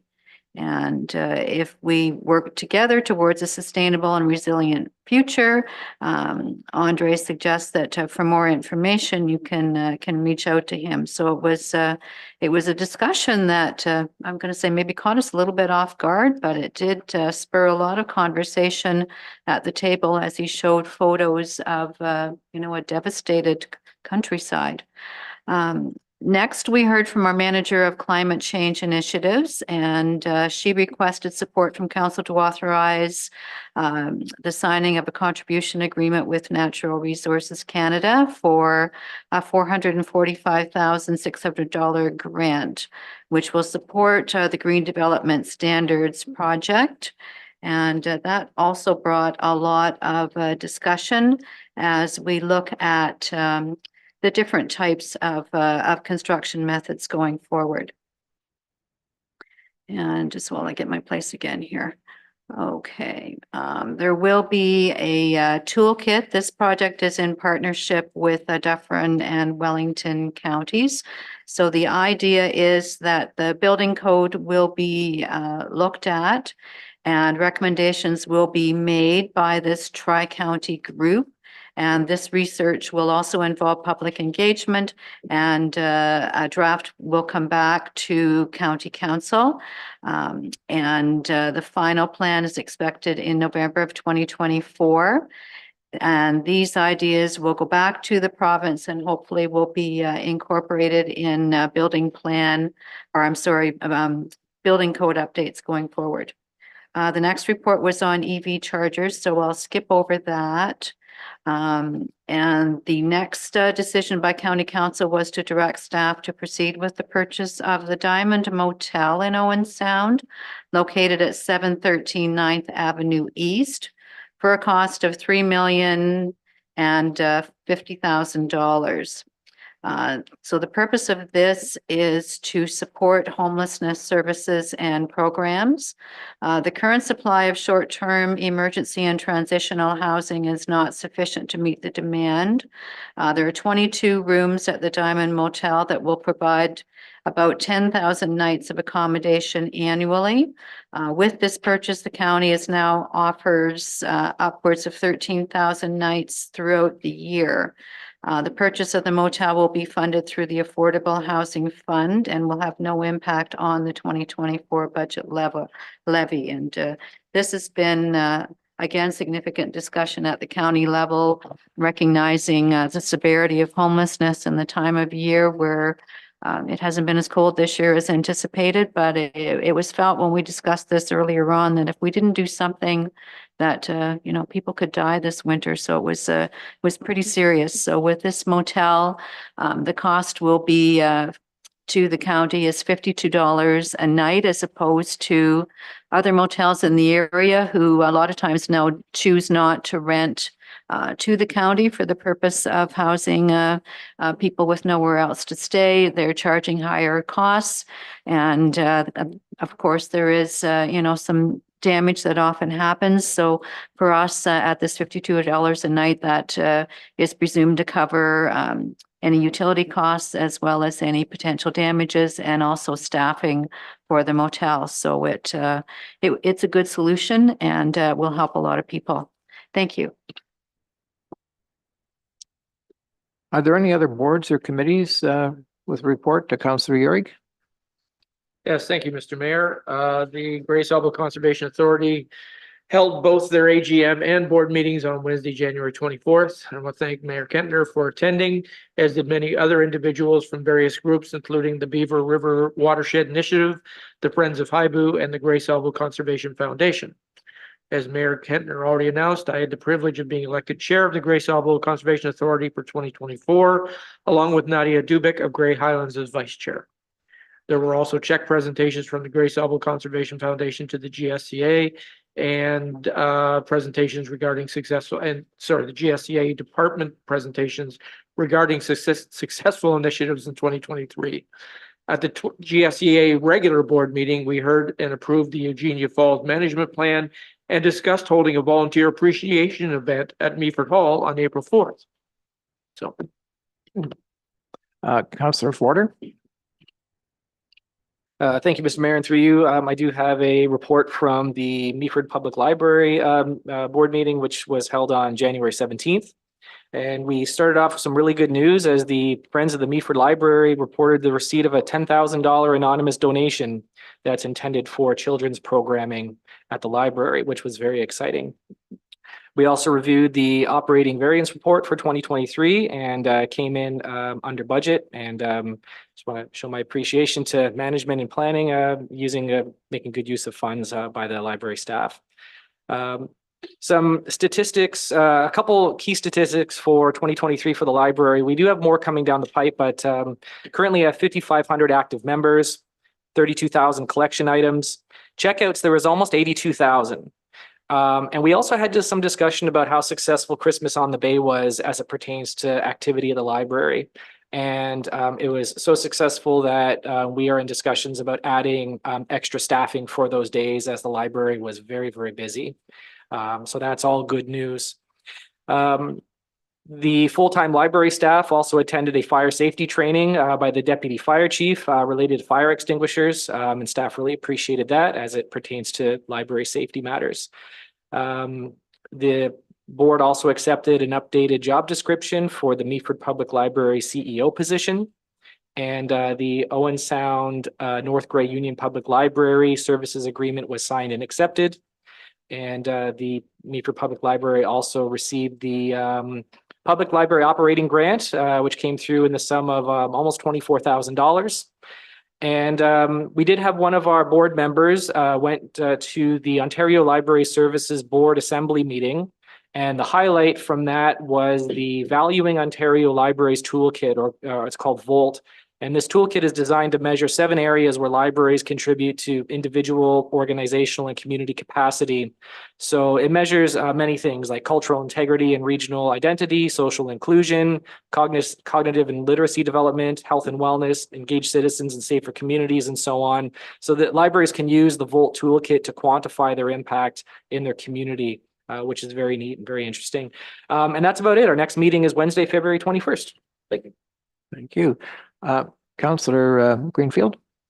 Thanks, Your Worship. If I may just add to Councillor Forder's excellent report, as always.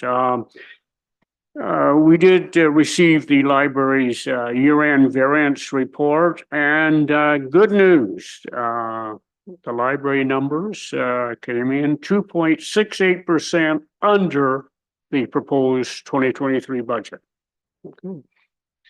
Were there any other meetings? And I neglected to offer an opportunity to ask any questions of Deputy Mayor or myself about County Council or the Library Board or the Grace Sabo Conservation Authority. Councillor Bartley? Thank you, Mayor Kentner, for the opportunity, because I did want to ask a question. And I realize I'm treading on thin water, that the council does not run the library. I understand that. I understand that the library wants to change the management.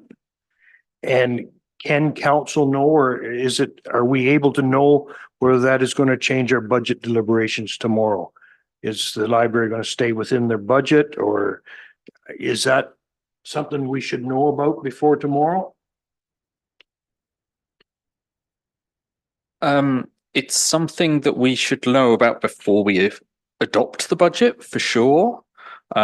I certainly can't give you any numbers on that because the library board hasn't officially told us anything about what it is they want to do going forward. So I think we're still in a bit of a wait and see mode, but it sounds like the job description was approved. So I'm guessing there's a move forward relatively soon. Just my comments back to the board members that if something's happening and it's going to affect the 24 budget, we should know about it. Any other questions? And if not, oh yes, go ahead. And I'm sorry, sir. No, Going into the correspondence list on page 11th, the town of Mono is sending a letter to the Ford government about ways they can charge speeders with the electronic speed enforcement. Right now, Could we deal with that after we've done with council motions and stuff when we get down to communications? council motions. yeah.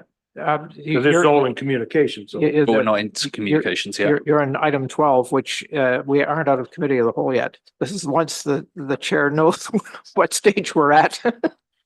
No problem. We need a motion to move out of committee of the whole.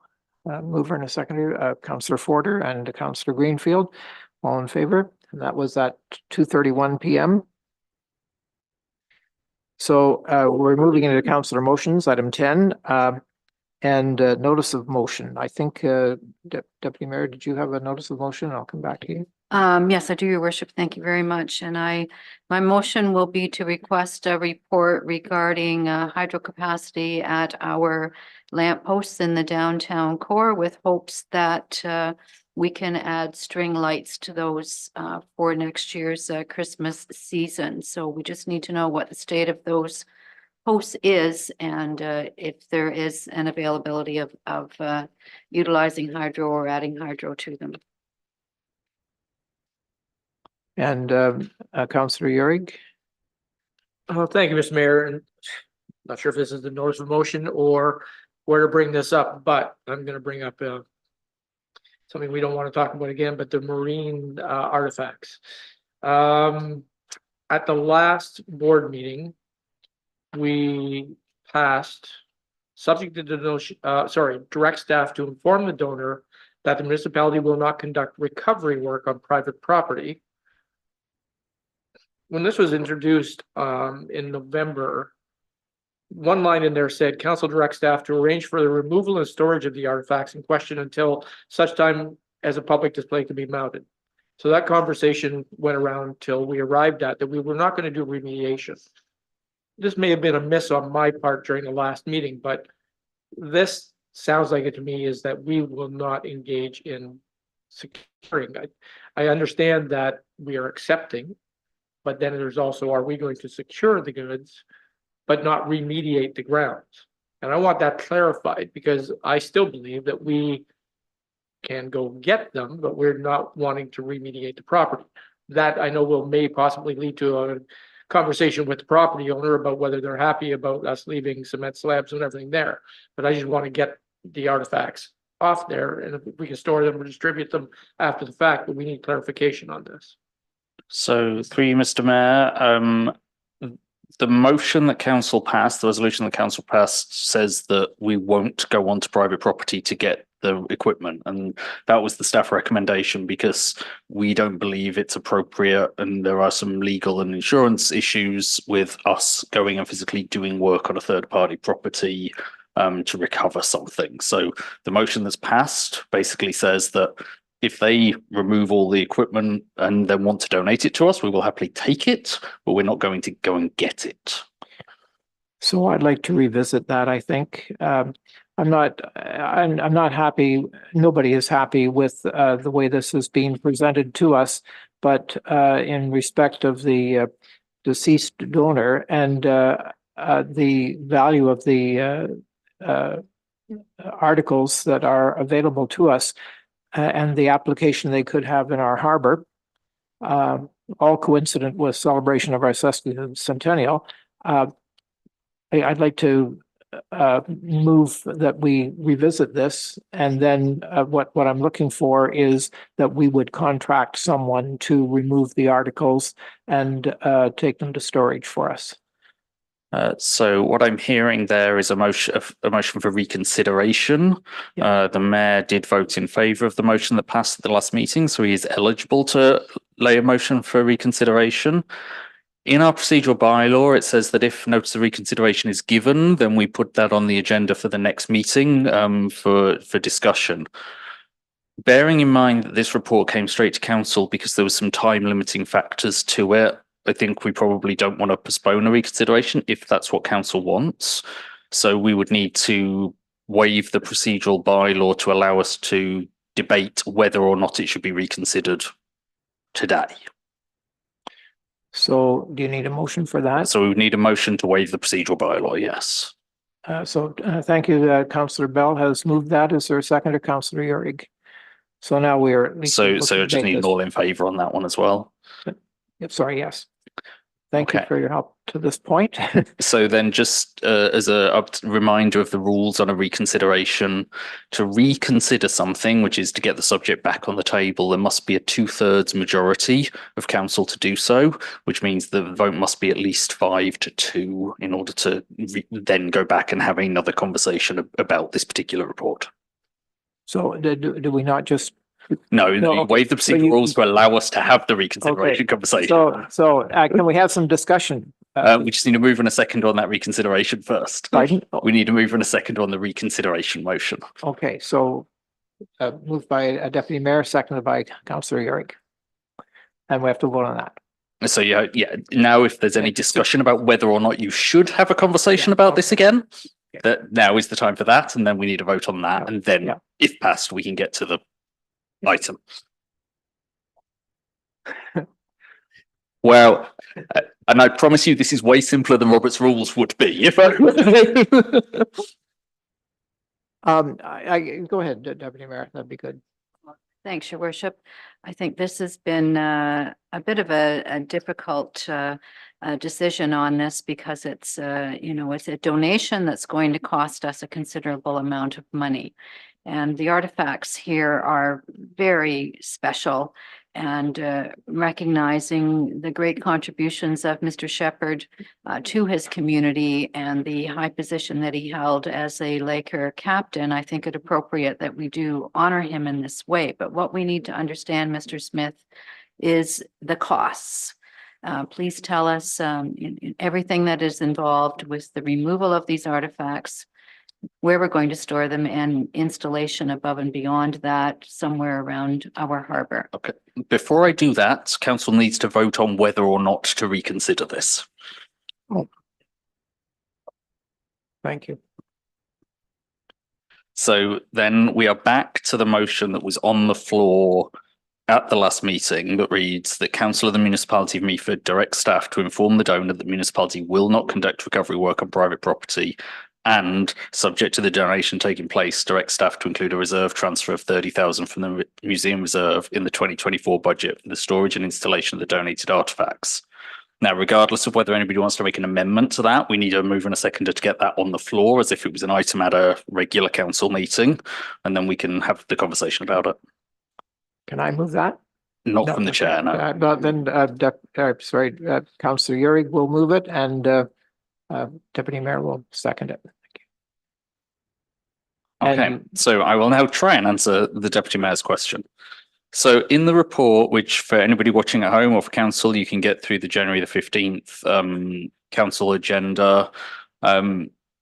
Table 1 on page 3 of that report shows the estimated cost for removal of marine equipment. This is just the costs related to going onto Mr. Shepherd's property and removing the equipment. It says mobilization $520, electrical removal $500, unbolting and removal from pads $1,200, trucking machine to unload $1,050, concrete demolition and removal $4,050, dumping fees and trucking $980, soil and landscape rehabilitation $1,282.50, provisional crane requirement of $2,000 for a total of $11,582.50 before HST. I have also been told by a couple of different people that they feel that is a low estimate. Councillor Bell. Thank you, Mr. Mayor. So first off, I did give you a conversational call on this subject matter, Mr. Mayor. I took it upon myself to go down and to have a look at these artifacts fairly closely. I will say that the number that you have just been told as a council from Mr. Smith, I find it to be very accurate. I already did my own cost analysis of it, and we're within a couple $1,000s. The deal on this whole situation, which has been brought to my attention from the number that I had kind of worked out, is that big red sea buoy. I had no idea what the anchoring of that was on that large piece. And I have since found out that in order for a sea buoy to function properly, it has a very big bottom end to keep the top end up and bottom end down. It's in the ground by quite a bit. And in my estimates, I was working out what that would mean for an excavator to come in and take that out. We all realize that the taking apart of the concrete and the removal of something like that is going to wreck this yard.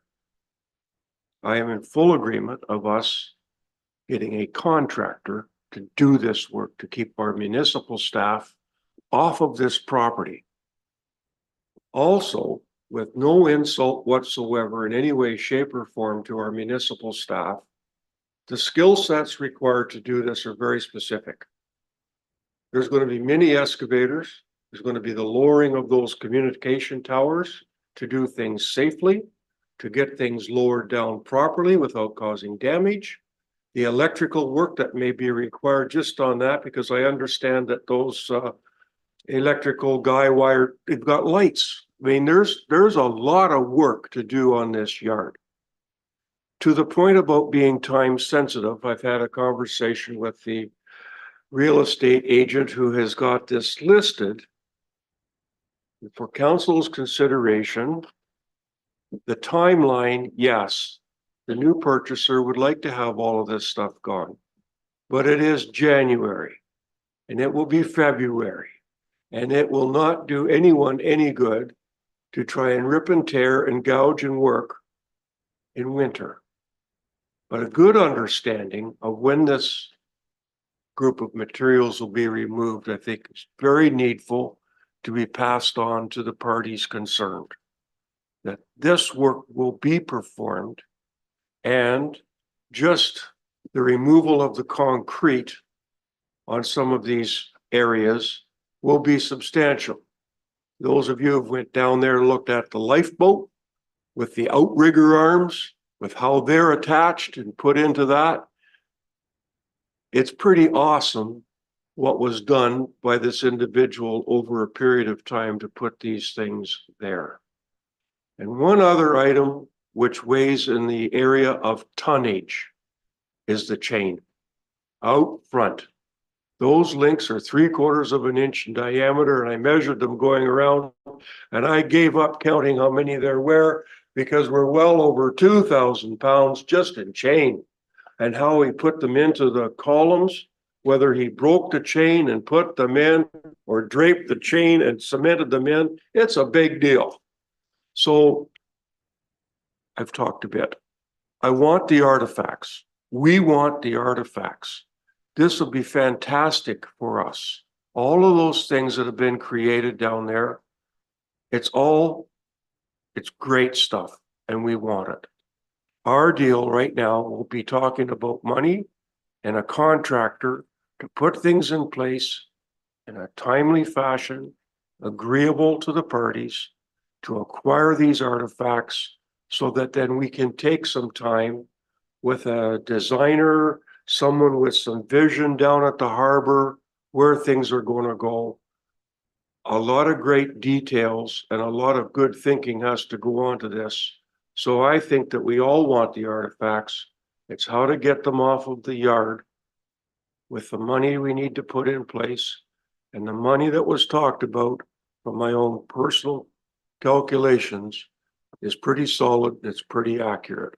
And I would be in favor of somehow putting money into a budget somewhere to get this off and get this awarded to a contractor.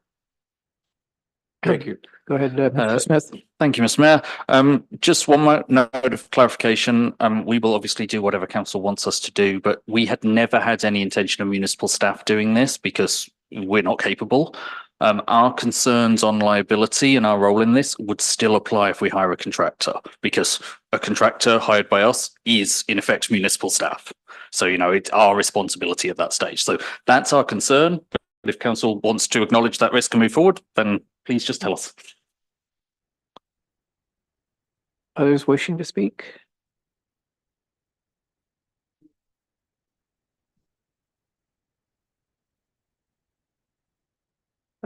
Is there a seconder for that motion?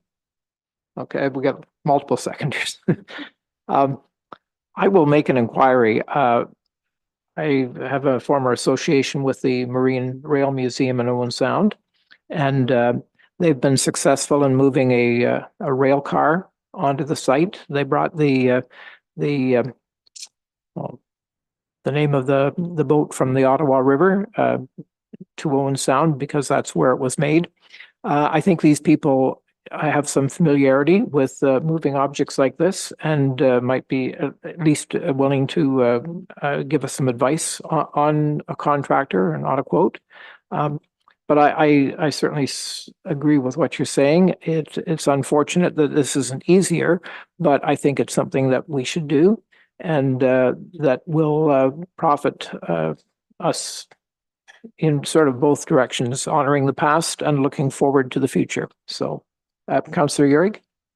Thank you, Mr. Mayor. The only thing I'll add to that, it's ironic because in our discussions tomorrow on capital projects and under Harbor Patio, the first line of the project rationale is Meaford Harbor is one of the main tourism draws within the municipality. We have lamented not being able to spend a lot of money on this area for as long as I've been living in Meaford. This is an opportunity to do something and not spend the millions of dollars it's going to take to do a complete overhaul. So if this is truly a tourism area that equals economic development, that equals opportunity at a lower cost than it would be to secure things in any other capacity. So I am strongly in favor of trying to make this work. Thank you. Councillor Greenfield. Thanks, Your Worship. I feel that we have to go ahead with this removal of the artifacts. This is where else would we ever get an opportunity for items like this? Meaford Harbor, shipping in general has been a huge item in our history. We have had not very many, but we've actually had international ships come into Meaford Harbor in the past. We've had freighters, not the huge ones, but good sized freighters come into Meaford Harbor. I can remember once watching a freighter turn around in Meaford Harbor, and it was about 6 feet between the the bow and the stern and the harbor walls. It was pretty tight squeeze, but anyway, there is a great history. We've lost so much history from the harbor, from the railway, the beautiful old station that was there. And I do believe this is an opportunity to honor the history of shipping in our municipality. I'm not sure if anyone from Grey Roots might have experience in moving items from site to site. They may be a worthwhile contact too. I'm just wondering now, Councillor Bell has said that he's examined the artifacts. Let me see, how do I put that? Did you actually go on the property, Councillor Bell, to look at them, or was this just from the sidewalk out in front? I'm just wondering. Some of them have been there for quite a while, and are they 100% sound or 80 or 90% sound? I think that needs to be checked out before we do anything. It's just a suggestion. Just before you answer that, I think. Yep, I can do a bit on that, and then Tony might want to add to it. We have had staff go and look at things, and there is a fairly significant amount of work that needs to be done to bring them up to sort of what we would consider to be public display standards. The quote that was in the report last time in table 2, which talks about how to install this in the harbour, has $3,500 for sandblasting and repainting as a minimum there to do what needs to be done on those artifacts. And could you just comment, Mr. Smith, did our museum curator have any comment on this collection? Yes, I mean, these are items I think we talked about last time that are mostly from the Spume, which has a connection to Meaford, so they are of significance to the community. So yes, but as Councillor Greenfield says, they just need a bit of work to bring them back to best shape. Now, do you want to speak to your trespassing? Mr. Bell? Well, thank you, Mr. Mayor. And since I'm a Canadian citizen, I'd like to pull an American amendment and plead the fifth. I had a look at them. And that's about all I really want to say. Thank you.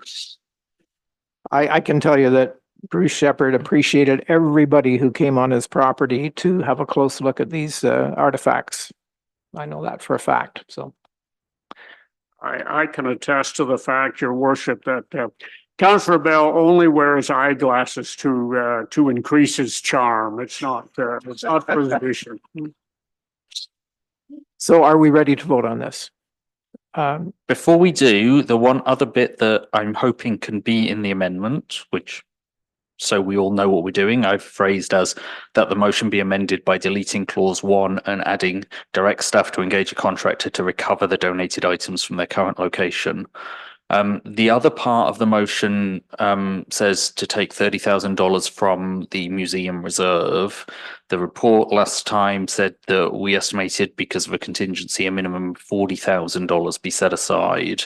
The museum reserve doesn't have $40,000, so I need a funding source for the remaining 10,000 to be included in this resolution. Deputy Mayor? Thank you, Your Worship, and to that end, and I will be looking at Val, because I know we don't know this for certain yet. Perhaps we will tomorrow. My assumption is we will have a surplus that might be more than $10,000. Through you, Mayor Kentner, we will. It's around 500,000. Did everybody hear that? Councillor Bartley? Thank you, Mayor Kentner. We were talking $11,000 and now you're at 40. Where did the difference come from? Because we already have set aside $30,000 from the museum reserve for the installation of this equipment at the harbour. Installation. Thank you. Yeah, I was going to go the same way as Deputy Mayor we can come up with the money if you so desire. Yes, and we can come up with it without impacting the tax rate that we'll be setting shortly. My one comment is, should we add in there? I know Mr. Bell says you can't do it in January, February, but I think a contractor should be sought ASAP and leave it up to him whether he wants to do it. I see all kinds of digging being done as we speak. I just think time is of the essence. Yes, And I think it should move forward, if we're moving forward ASAP. Deputy Mayor? Thank you, Worship, and it won't be a significant additional cost, but my thinking is we should have some sort of signage or plaque or some recognition that these artifacts were donated by Captain Shepherd. So through you, Mr. Mayor, the original motion, council asked us to bring forward a plan on how to install this stuff. So obviously all of that sort of thing will be covered as we do that. Thank you. So you have a comment for us? Through you, Mr. Chair, we have engaged a contractor. That's how this information got to us. It wasn't just my brain or Tony's brain that put it all together. The trouble is that we did say this wasn't necessarily happening the last time, and now we're saying that it might. So I do know that the contractor is currently working, and I can't speak to a timeline specifically. So but to say that he knows what's happening or what the expectations are is fair. I just can't speak for him on timing. And one question that I have in this conversation, if you don't mind, based on that is, and maybe it's just my own brain, if we could be clear on restoration, because I've heard some folks say that that is happening, and I've heard some folks say that maybe that isn't something, and it is included in the cost. So I just want to, for my own sanity, understand what the expectation there is. I think restoration has to happen, but you can't plant grass seed in February. So that would have to be set aside until you can in May.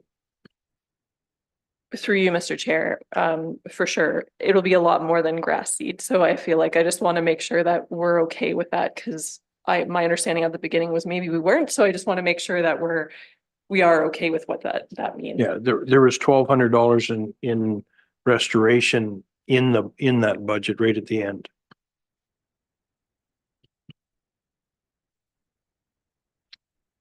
Okay. Anything else? Are we? As I say, we will do whatever. I really struggle with the idea that we're restoring somebody's land to help them sell it. Even if it is only $1,200, I really, really struggle with that. We're not coming onto anybody else's property to make it look pretty before they sell their house. Well, I don't think we should let that stand in the way of the larger, issue here. If you want to deal with that separately, in a separate vote, Oh, but again, right now we don't have anything on the table. That was just my opinion. Councillor Yurick? Thank you, Mr. Mayor. And I agree to a point. I really do, because these buyers bought that knowing that there was going to be some, no matter whether we took it or what, there was going to be some major work to No, the condition of sale is that the property is rehabilitated. Oh, really? Yes, That was that the is thing that I why did we are not getting know. so much pressure to do this. Right. So then you're right. This is a fine art of negotiation along a lot of different things that we're obviously discussing. One is contractor timing. That has also got to be part of the conversation and negotiation. I agree. And I don't think before we commit to the remediation, we need to know what that looks like, what the expectation is and what the cost is before we agree to what any specific remediation is going to be. From my understanding, the expectation is that all of the concrete on site will be removed, all of the electric service fixed and made safe, grading will be put in place, soil, sod down, etc., etc. So, everything removed and made into a fairly standard flat backyard, front yard.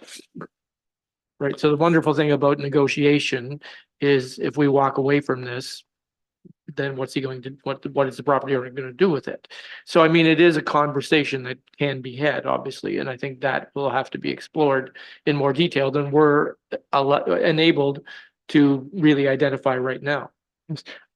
I'd be prepared to, move that, or at least to accept that, 1,200 as an upset, in, remediation, but if I believe your figures for removing it, I would never believe 1,200 for restoration. Through you, Mr. Chair, I don't mean to be nitpicky. It's more than just soil and grass seed. It's also the removal of the concrete. So Yeah. if you put those lines together, it's more than $1,200 because the concrete, as you were saying, I was shocked at how deep it was Yeah. too, but it makes sense given the size of the stuff on the top. Mhm. So we are talking about more than $1,200 for restoration. Yeah, and then you got to get rid of it all, which is part of the other struggle. Yeah, Deputy Mayor. Your worship, thank you. And I do not, as Mr. Smith suggested, believe that it's our responsibility to accomplish this restoration so that a real estate deal can close. I think of other occasions when the municipality has done work in front of people's homes. And I know we do the best we can, but it's not always perfect. In terms of, restoring lawns and driveways and so on. And I just don't think that we need to be involved in the restoration. We take the donation, which is still, as I said, costing us a significant amount of money, place it at our harbor, and I see us having some sort of an event during our 150th anniversary to commemorate Captain Shepherd and the new display, but I'm not in favor of restoring this ground just so that this sale can close smoothly.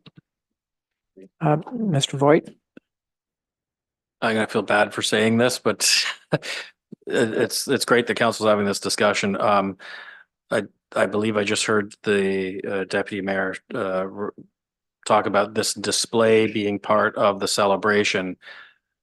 That my understanding is like that there's been no discussion of where this goes, the design, the placement, and the work program to create that. So this is, as we're nitpicking to your words on this, it keeps getting bigger and bigger. And I think that might be an indication of what's being offered. Something to consider. So just need to know if you're expecting staff, and this is me speaking on behalf of its operations staff, that will have to figure out where this goes and what it's going to cost and how that's going to be done with their work program. Jessica. Through you, I guess the positive, because I'm an ever optimist, is that in conversation with our folks, and it's a new process to me, so forgive my extreme ignorance, but in conversation about the Harbor Master Plan completion, there has been some, we have brought them in the loop of potentially acquiring said artifacts. But again, there's a lot that has to be done to them. There are some locations identified in the big picture where it might make sense for them to go, but we're not quite in the place to be putting them in that location. So I'm not saying it's not doable. It's just when we think about when we can get them out, and by the time we restore them and put them back and light them and do all the things we want to do to them, I don't want to be the person to say that might not be this year, but on a positive note, at least we have somewhere identified that they're aware that they might be coming and that they could be incorporated and it would make sense. And the conversation was around educational signage and all this stuff, but it just might not be as quick as our hopes and wishes on them. That's all. So we seem to be stuck on restoration. Any go ahead. Hi again. No. Just so we know what we're talking about, when I quickly added the lines up, and Matt, tell me if I'm out to lunch, but it's almost half of the removal cost. So we're looking at about 4,000 plus 1,200 plus 1,200 and dumping. So it is quite a bit of the initial fees, just so that we know what we're talking about when we say remediation. That's all. I'm trying to be helpful. So what was your grand total there?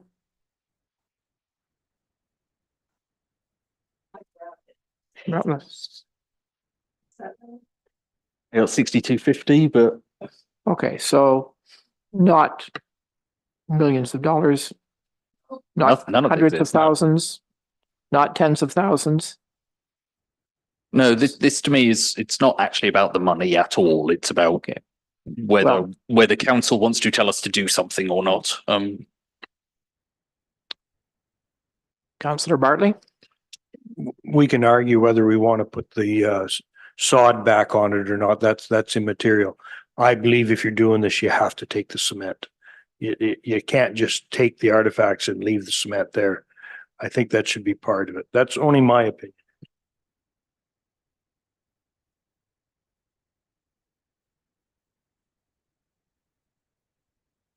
So I'm gonna suggest some words, and then the mover can tell me if I'm off base, and then you have something to deliberate on.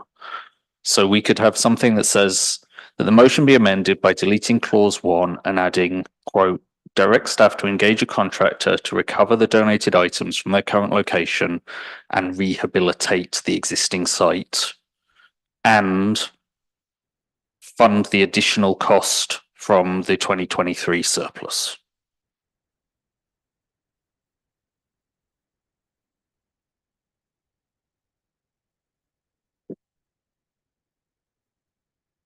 Any comments on that? Fine. Pardon? Can you repeat it once? Direct staff to engage a contractor to recover the donated items from their current location and rehabilitate the current site. And add a clause to say, and fund the additional work from the 2023 surplus. Councillor Yuri? Thank you, Mr. Mayor. I like the motion. I guess the only concern I have is the definitive word rehabilitate without any characterization or identification.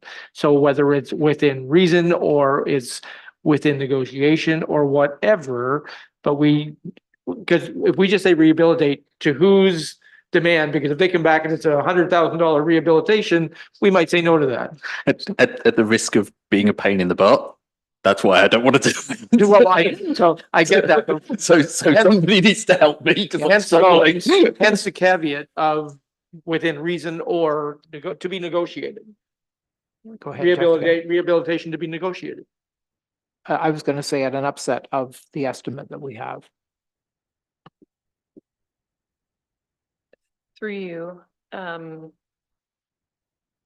maybe this is a silly question, but does it have to be our management of that contract? So if we've talked to a contractor, he knows what, or they know what might need to be done.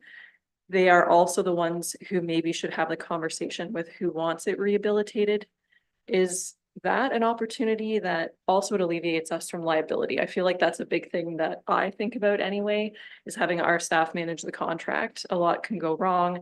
Is this something that we have the package of what needs to be done? Can we, also the negotiation then on restoration is between, in my humble opinion, the appropriate people, because they're the ones who need to live with it. And then we're not nitpicking with them on concrete or soil or whatever. I think that's a wonderful idea. And then in effect, what we would be doing is saying, you need to hire a contractor to do this, but we will cut you a check for the cost up to a maximum of X dollars. Councillor Bartley? The figures that you told us for doing this, is that the contractor's figures? So basically, will he still stick to that price now that we've delayed it a few months? And if he is, then that's the price. So through you, I, without asking, I can't 100% say yes, but I can only imagine that like 98% chance everything would be fine. I think the tricky thing with them now would be timing, but not to say it would be too crazy, but I feel like I can't imagine that it would be different, but I'm not them. I think this is a good case though, where this is very much definitely a quote, not a price, because if the concrete is 3 foot deeper than we expect in every location, it's going to cost a lot more to get that out than is expected. For sure. And they have been to site. They have, I feel like, I don't know if they also peered from the sidewalk now that we had that conversation. But regardless, were you together? Like, that would be funny. But they have seen and have an understanding of what's underneath and have had the conversation about, do we need to lift it over wire? Do we, like all of the things have been factored in. So I feel like it's a solid start, but there's always, you never know what's underneath. It's like an old house. Go ahead. So could we not put a 10% contingency on that like we do on every other contract? And that's the upscale? And then if you want to add a clause, we accept no liability, beyond that. I don't think you need to do that as part of the resolution because we would do that in Okay. communications. So I think we're pretty close to where we need to be here. So the quote that we have here is 11,582.50 excluding HST. And obviously our HST is a little bit of an unusual situation when we are then paying somebody else because they will have to pay the entire HST, which we would not have done otherwise. So it will be more. So my suggestion would be if we in effect we're proposing a different amendment.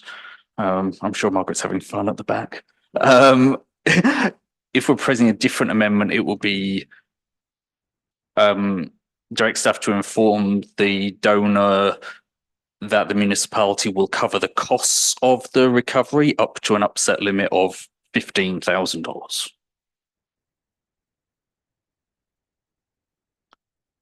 I think that's more than fair. I would need Tony to say, I withdraw my motion, and then I'd need somebody to move or second that. Oh, sorry, Your Deputy worship, just for clarification, if it may, that's going to be inclusive of restoration. Yes.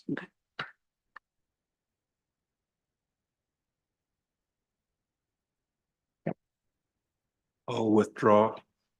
Would everybody help me say?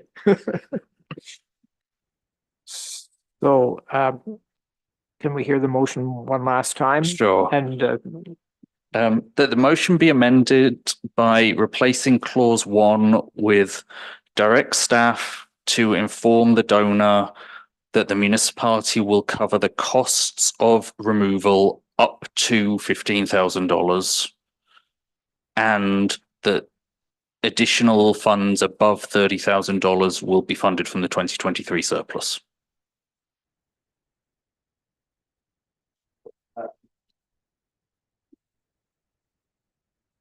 so that's the motion. Is there a mover and a seconder for it? So it's moved by Tony, seconded by Councillor Yerig. Any further discussion? It's going to be fast. All in favor? So that's carried.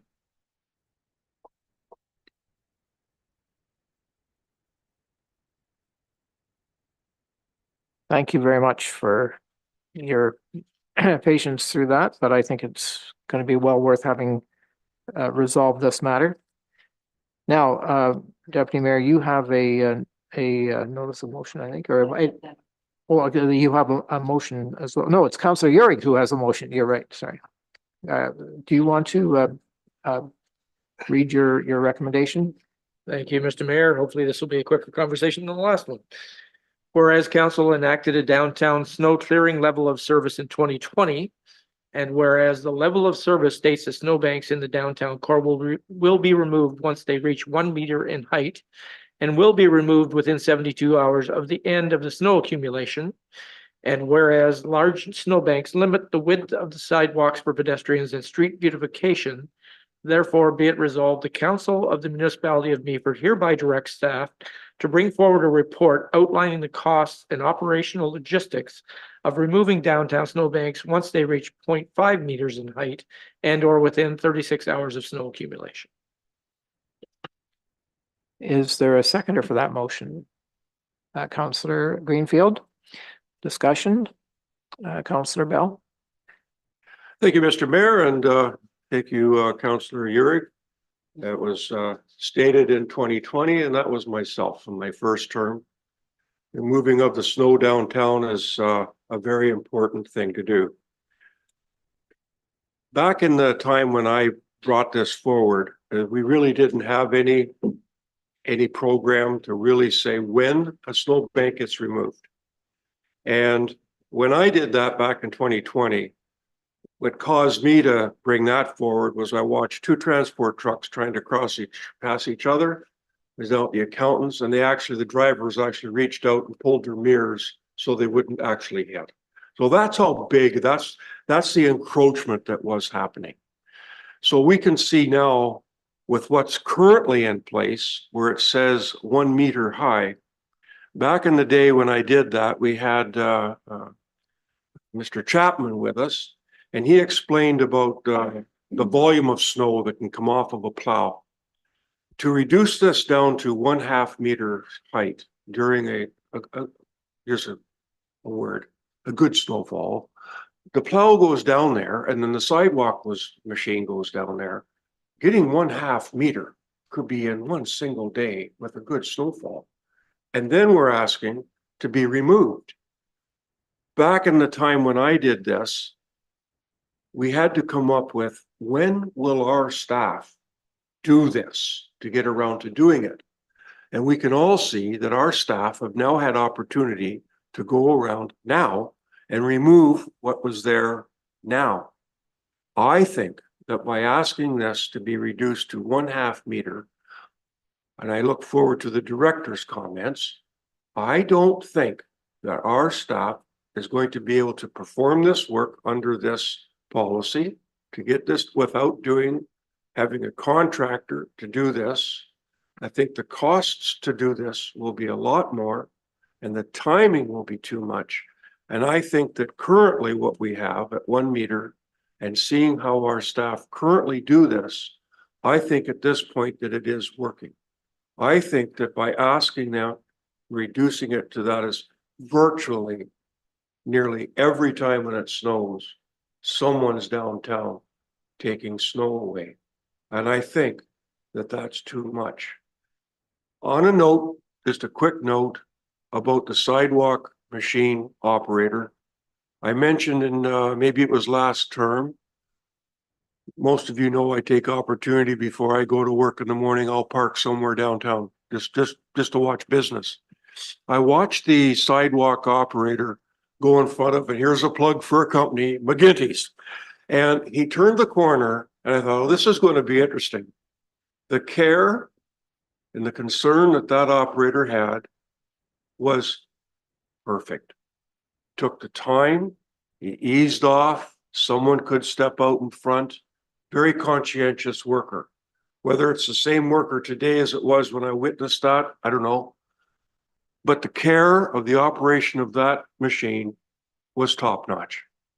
And so when we've had, as of late, another concern about the sidewalk and what can occur with the machine, I'm just going to say that I think that our personnel who operate that little machine, I think it's really, really good. And Jessica, pass on that from at least me, tell them that they're doing a great job. I think they really, truly are. To the point about removing this from 1 meter to 1/2 meter, old school boy here turned that into inches. That's 19.5 inches. It's not a lot in height, and it can happen very quickly. So I don't think Councillor Yurg was someone who really is on side with removing snow downtown.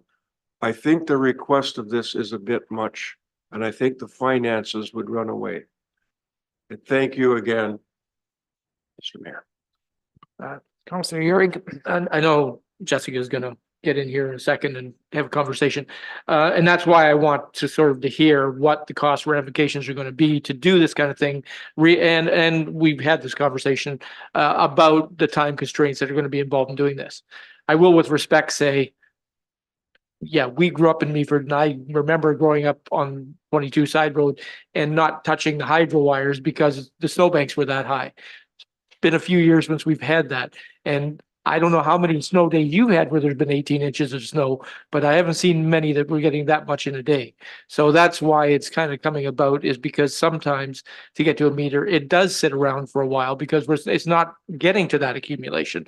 The snow days we're having are not, climate change is an effect, that it's not having the same impact as it is. So the concern is that snow sometimes is actually being even left longer because we're not even getting the meter accumulation. Let's go ahead, Jessica. Through you, Mr. Chair. There's so much in my mind that I hopefully can't remember everything. Thank you. Councillor Bell, I do think that we have wonderful staff, and it is often very similar folks who use the sidewalk machine, and I will definitely hope they're listening, but if not, I will definitely gladly pass it along.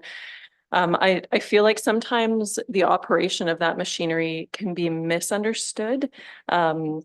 In speaking, and someone mentioned it about the concerns with avoiding some things in the downtown core with the sidewalk machine. I actually think, having seen a video, that they did a great job at trying to maneuver around things on the side of the road and then avoid the big bank of snow as well. So it's, as per regulation, we're supposed to provide a meter of clearance. So we need to make sure that that is available, A, for us to be able to clear it, but also B, for people to be able to push a stroller and get a wheelchair and all the things.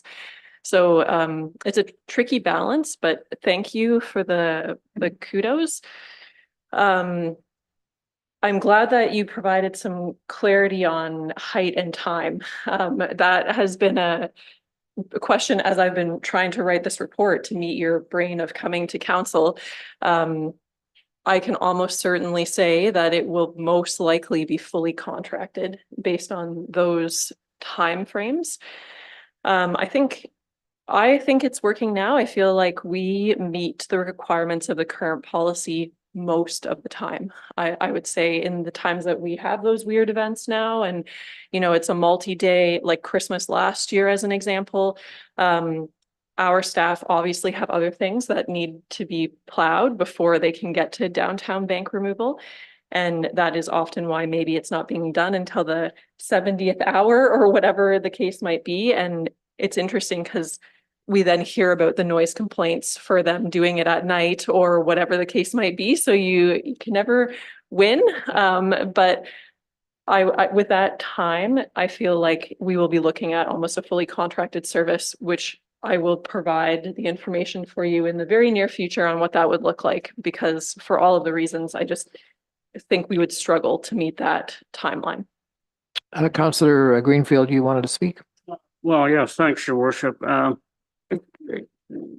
What I understand is Councillor Urich is simply asking for a report to come back. We're not being asked to make a decision today, although we're getting quite a bit of information, thanks to Jessica, which is no, I think I don't think there's been a winter gone by in the past, whether it be an old-fashioned winter or a climate change winter or whatever, that we haven't had concerns and complaints about snow on the sidewalk. It's too deep, and why isn't it plowed? And so let Jessica bring forward a report and let us take a look at it. And costs, of course, hours to do this. Are we going to need an extra winter seasonal employee?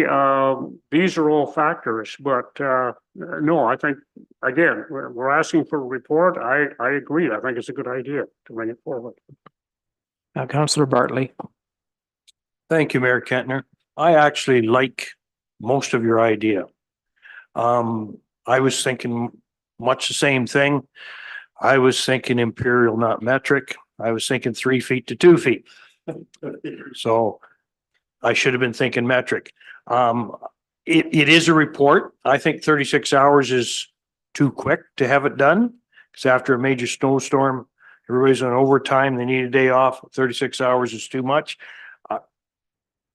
I would accept a report on what you've asked, but I would like maybe to do 2 scenarios, one at 24 inches and 48 hours, if that's possible, or 72 hours like the main thing says. So She said what's 24 inches. I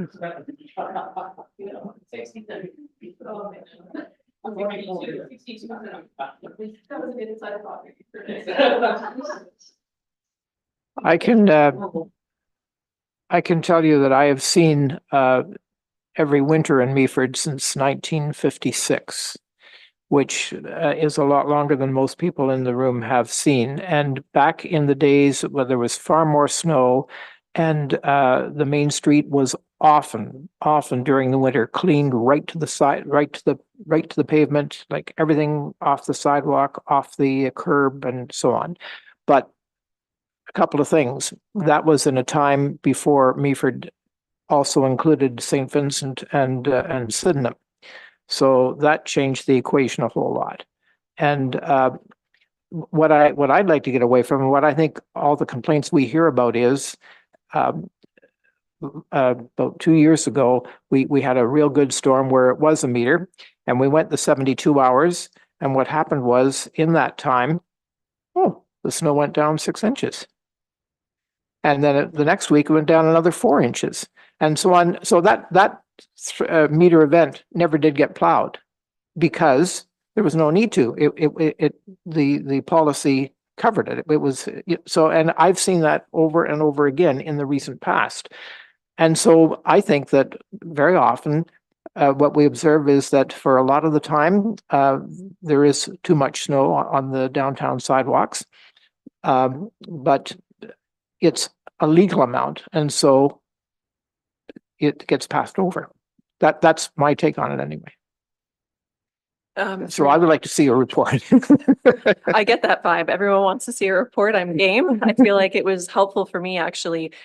There's a lot of fun snowbank facts. It's not just the downtown main drag, like the policy outlines, Collingwood almost to the arena, and it's prioritized. So in my report, we'll provide all that information about, I feel like we all, and not myself included, when we say downtown, we think just the main sections in front, but the policy and what staff need to remove is much larger of an area. It used to be cleared, I want to say, from Parker Street,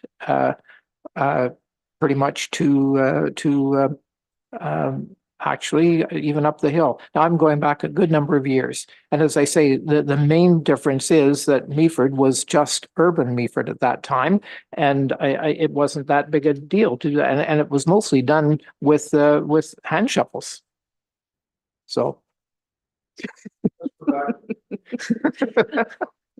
Anyway. Your time frame might be a little different. I will certainly vote for something, but I don't think that Councillor Urick is asking for the impossible or something that is unreasonable. It just what I would like to see is a change in the attitude that once it's not quite a meter, then we forget about it then, because until it gets to be a meter again, we're not going to look at it. That's, I think, the problem. Did you want to speak, Deputy Mayor? Thanks, Your Worship, and a few things, and I'm going to say something I probably shouldn't say, but I can remember over the years where a lot of business owners, shoveled sidewalk and cleaned away snow in front of their establishments. And I think now there's a bit more of an understanding or an expectation that the municipality will do that. I do know that we get many complaints when the snowbanks last year was excessive, and it took, I think, an extra day to get the snow cleared downtown. And even though it was a holiday and some shops weren't open, we still heard significant numbers of complaints about the snow downtown. And I understand the predicament that you've got to choose between clearing a country road or clearing those snowbanks downtown. So I'm a little fearful of contracting it, that may become cost prohibitive. But let's see the numbers so that we can have, an honest and real discussion about what our options are.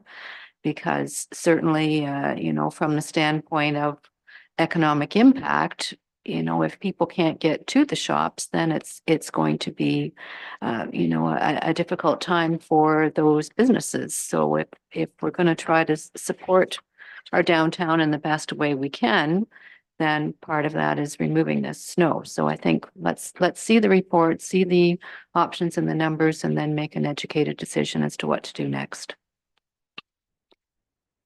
Are you ready to vote on this motion? All in favor? Thank you. Thank you.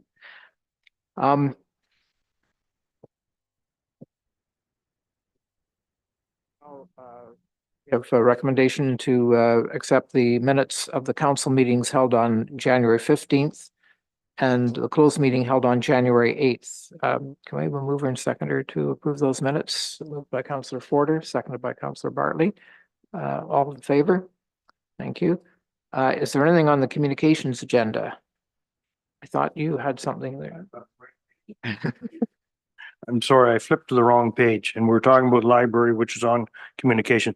So just on page 11 on communications, the town of Minto has sent in a letter to the government asking to change the way they rule on where you can put a speed enforcement, an automated speed enforcement, like Mr. Smith told us, it can only be in school zones and zones like that, where the rest of the province wants to use these things everywhere. And I don't think that's an issue. I would like to either add to their letter or send one on our own asking for the same thing.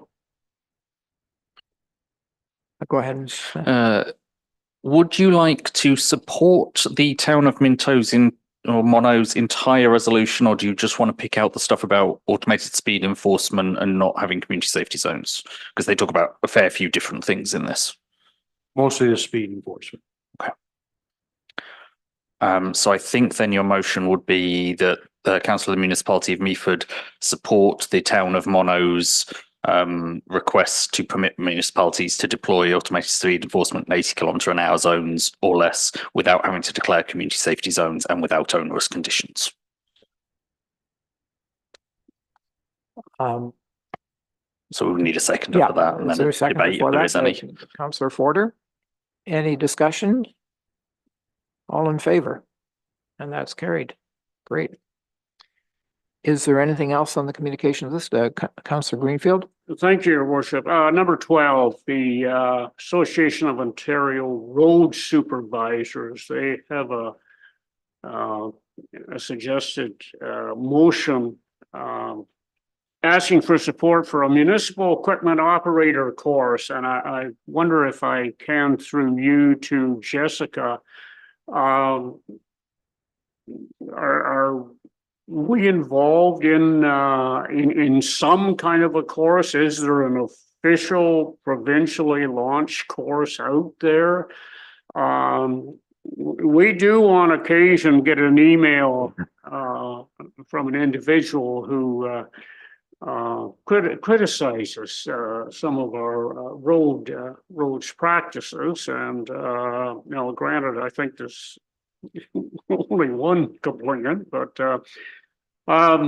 we do have in the past 5 or 6 years, we've had a number of our veteran roads crew people retire, and we do have I think a younger roads crew, which I also think is fantastic.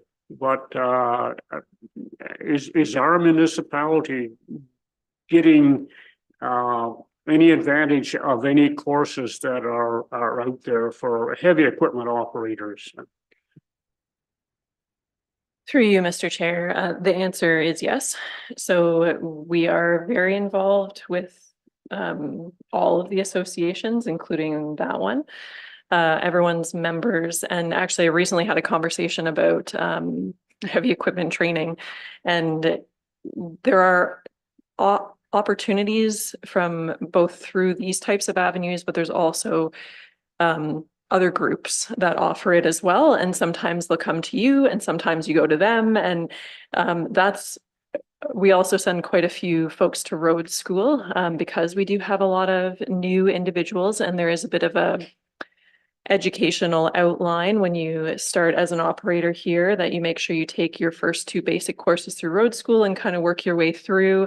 There's grader training, which is both in the seat training, but also we were talking about how there's a new offering that is also in the classroom. So it's a combo. You learn about it and then you actually do it. Like, there's a lot of really great opportunities, and I feel like our staff we do recognize strengths and weaknesses and even just people who are more interested in one thing than the other and try to suit them for proper training. But this stuff happens at the beginning of every year to make sure that everyone has the opportunity and can get into some of these programs before the year is over. So yes, I would say that we do make good use of it. There's also local organizations, just, you know, the municipalities in the area. So there's a lot of opportunity, and I think we do a good job to keep everyone educated. And follow up. Thanks for that, Jessica. So I think I'm hearing that we really don't need to jump on this. This is already in progress and has been and will be continued. Okay, thanks. Is there anything else for today's meeting? Then I think we're ready to move adjournment. Do I have a mover for that? And a seconder? And then we're adjourned.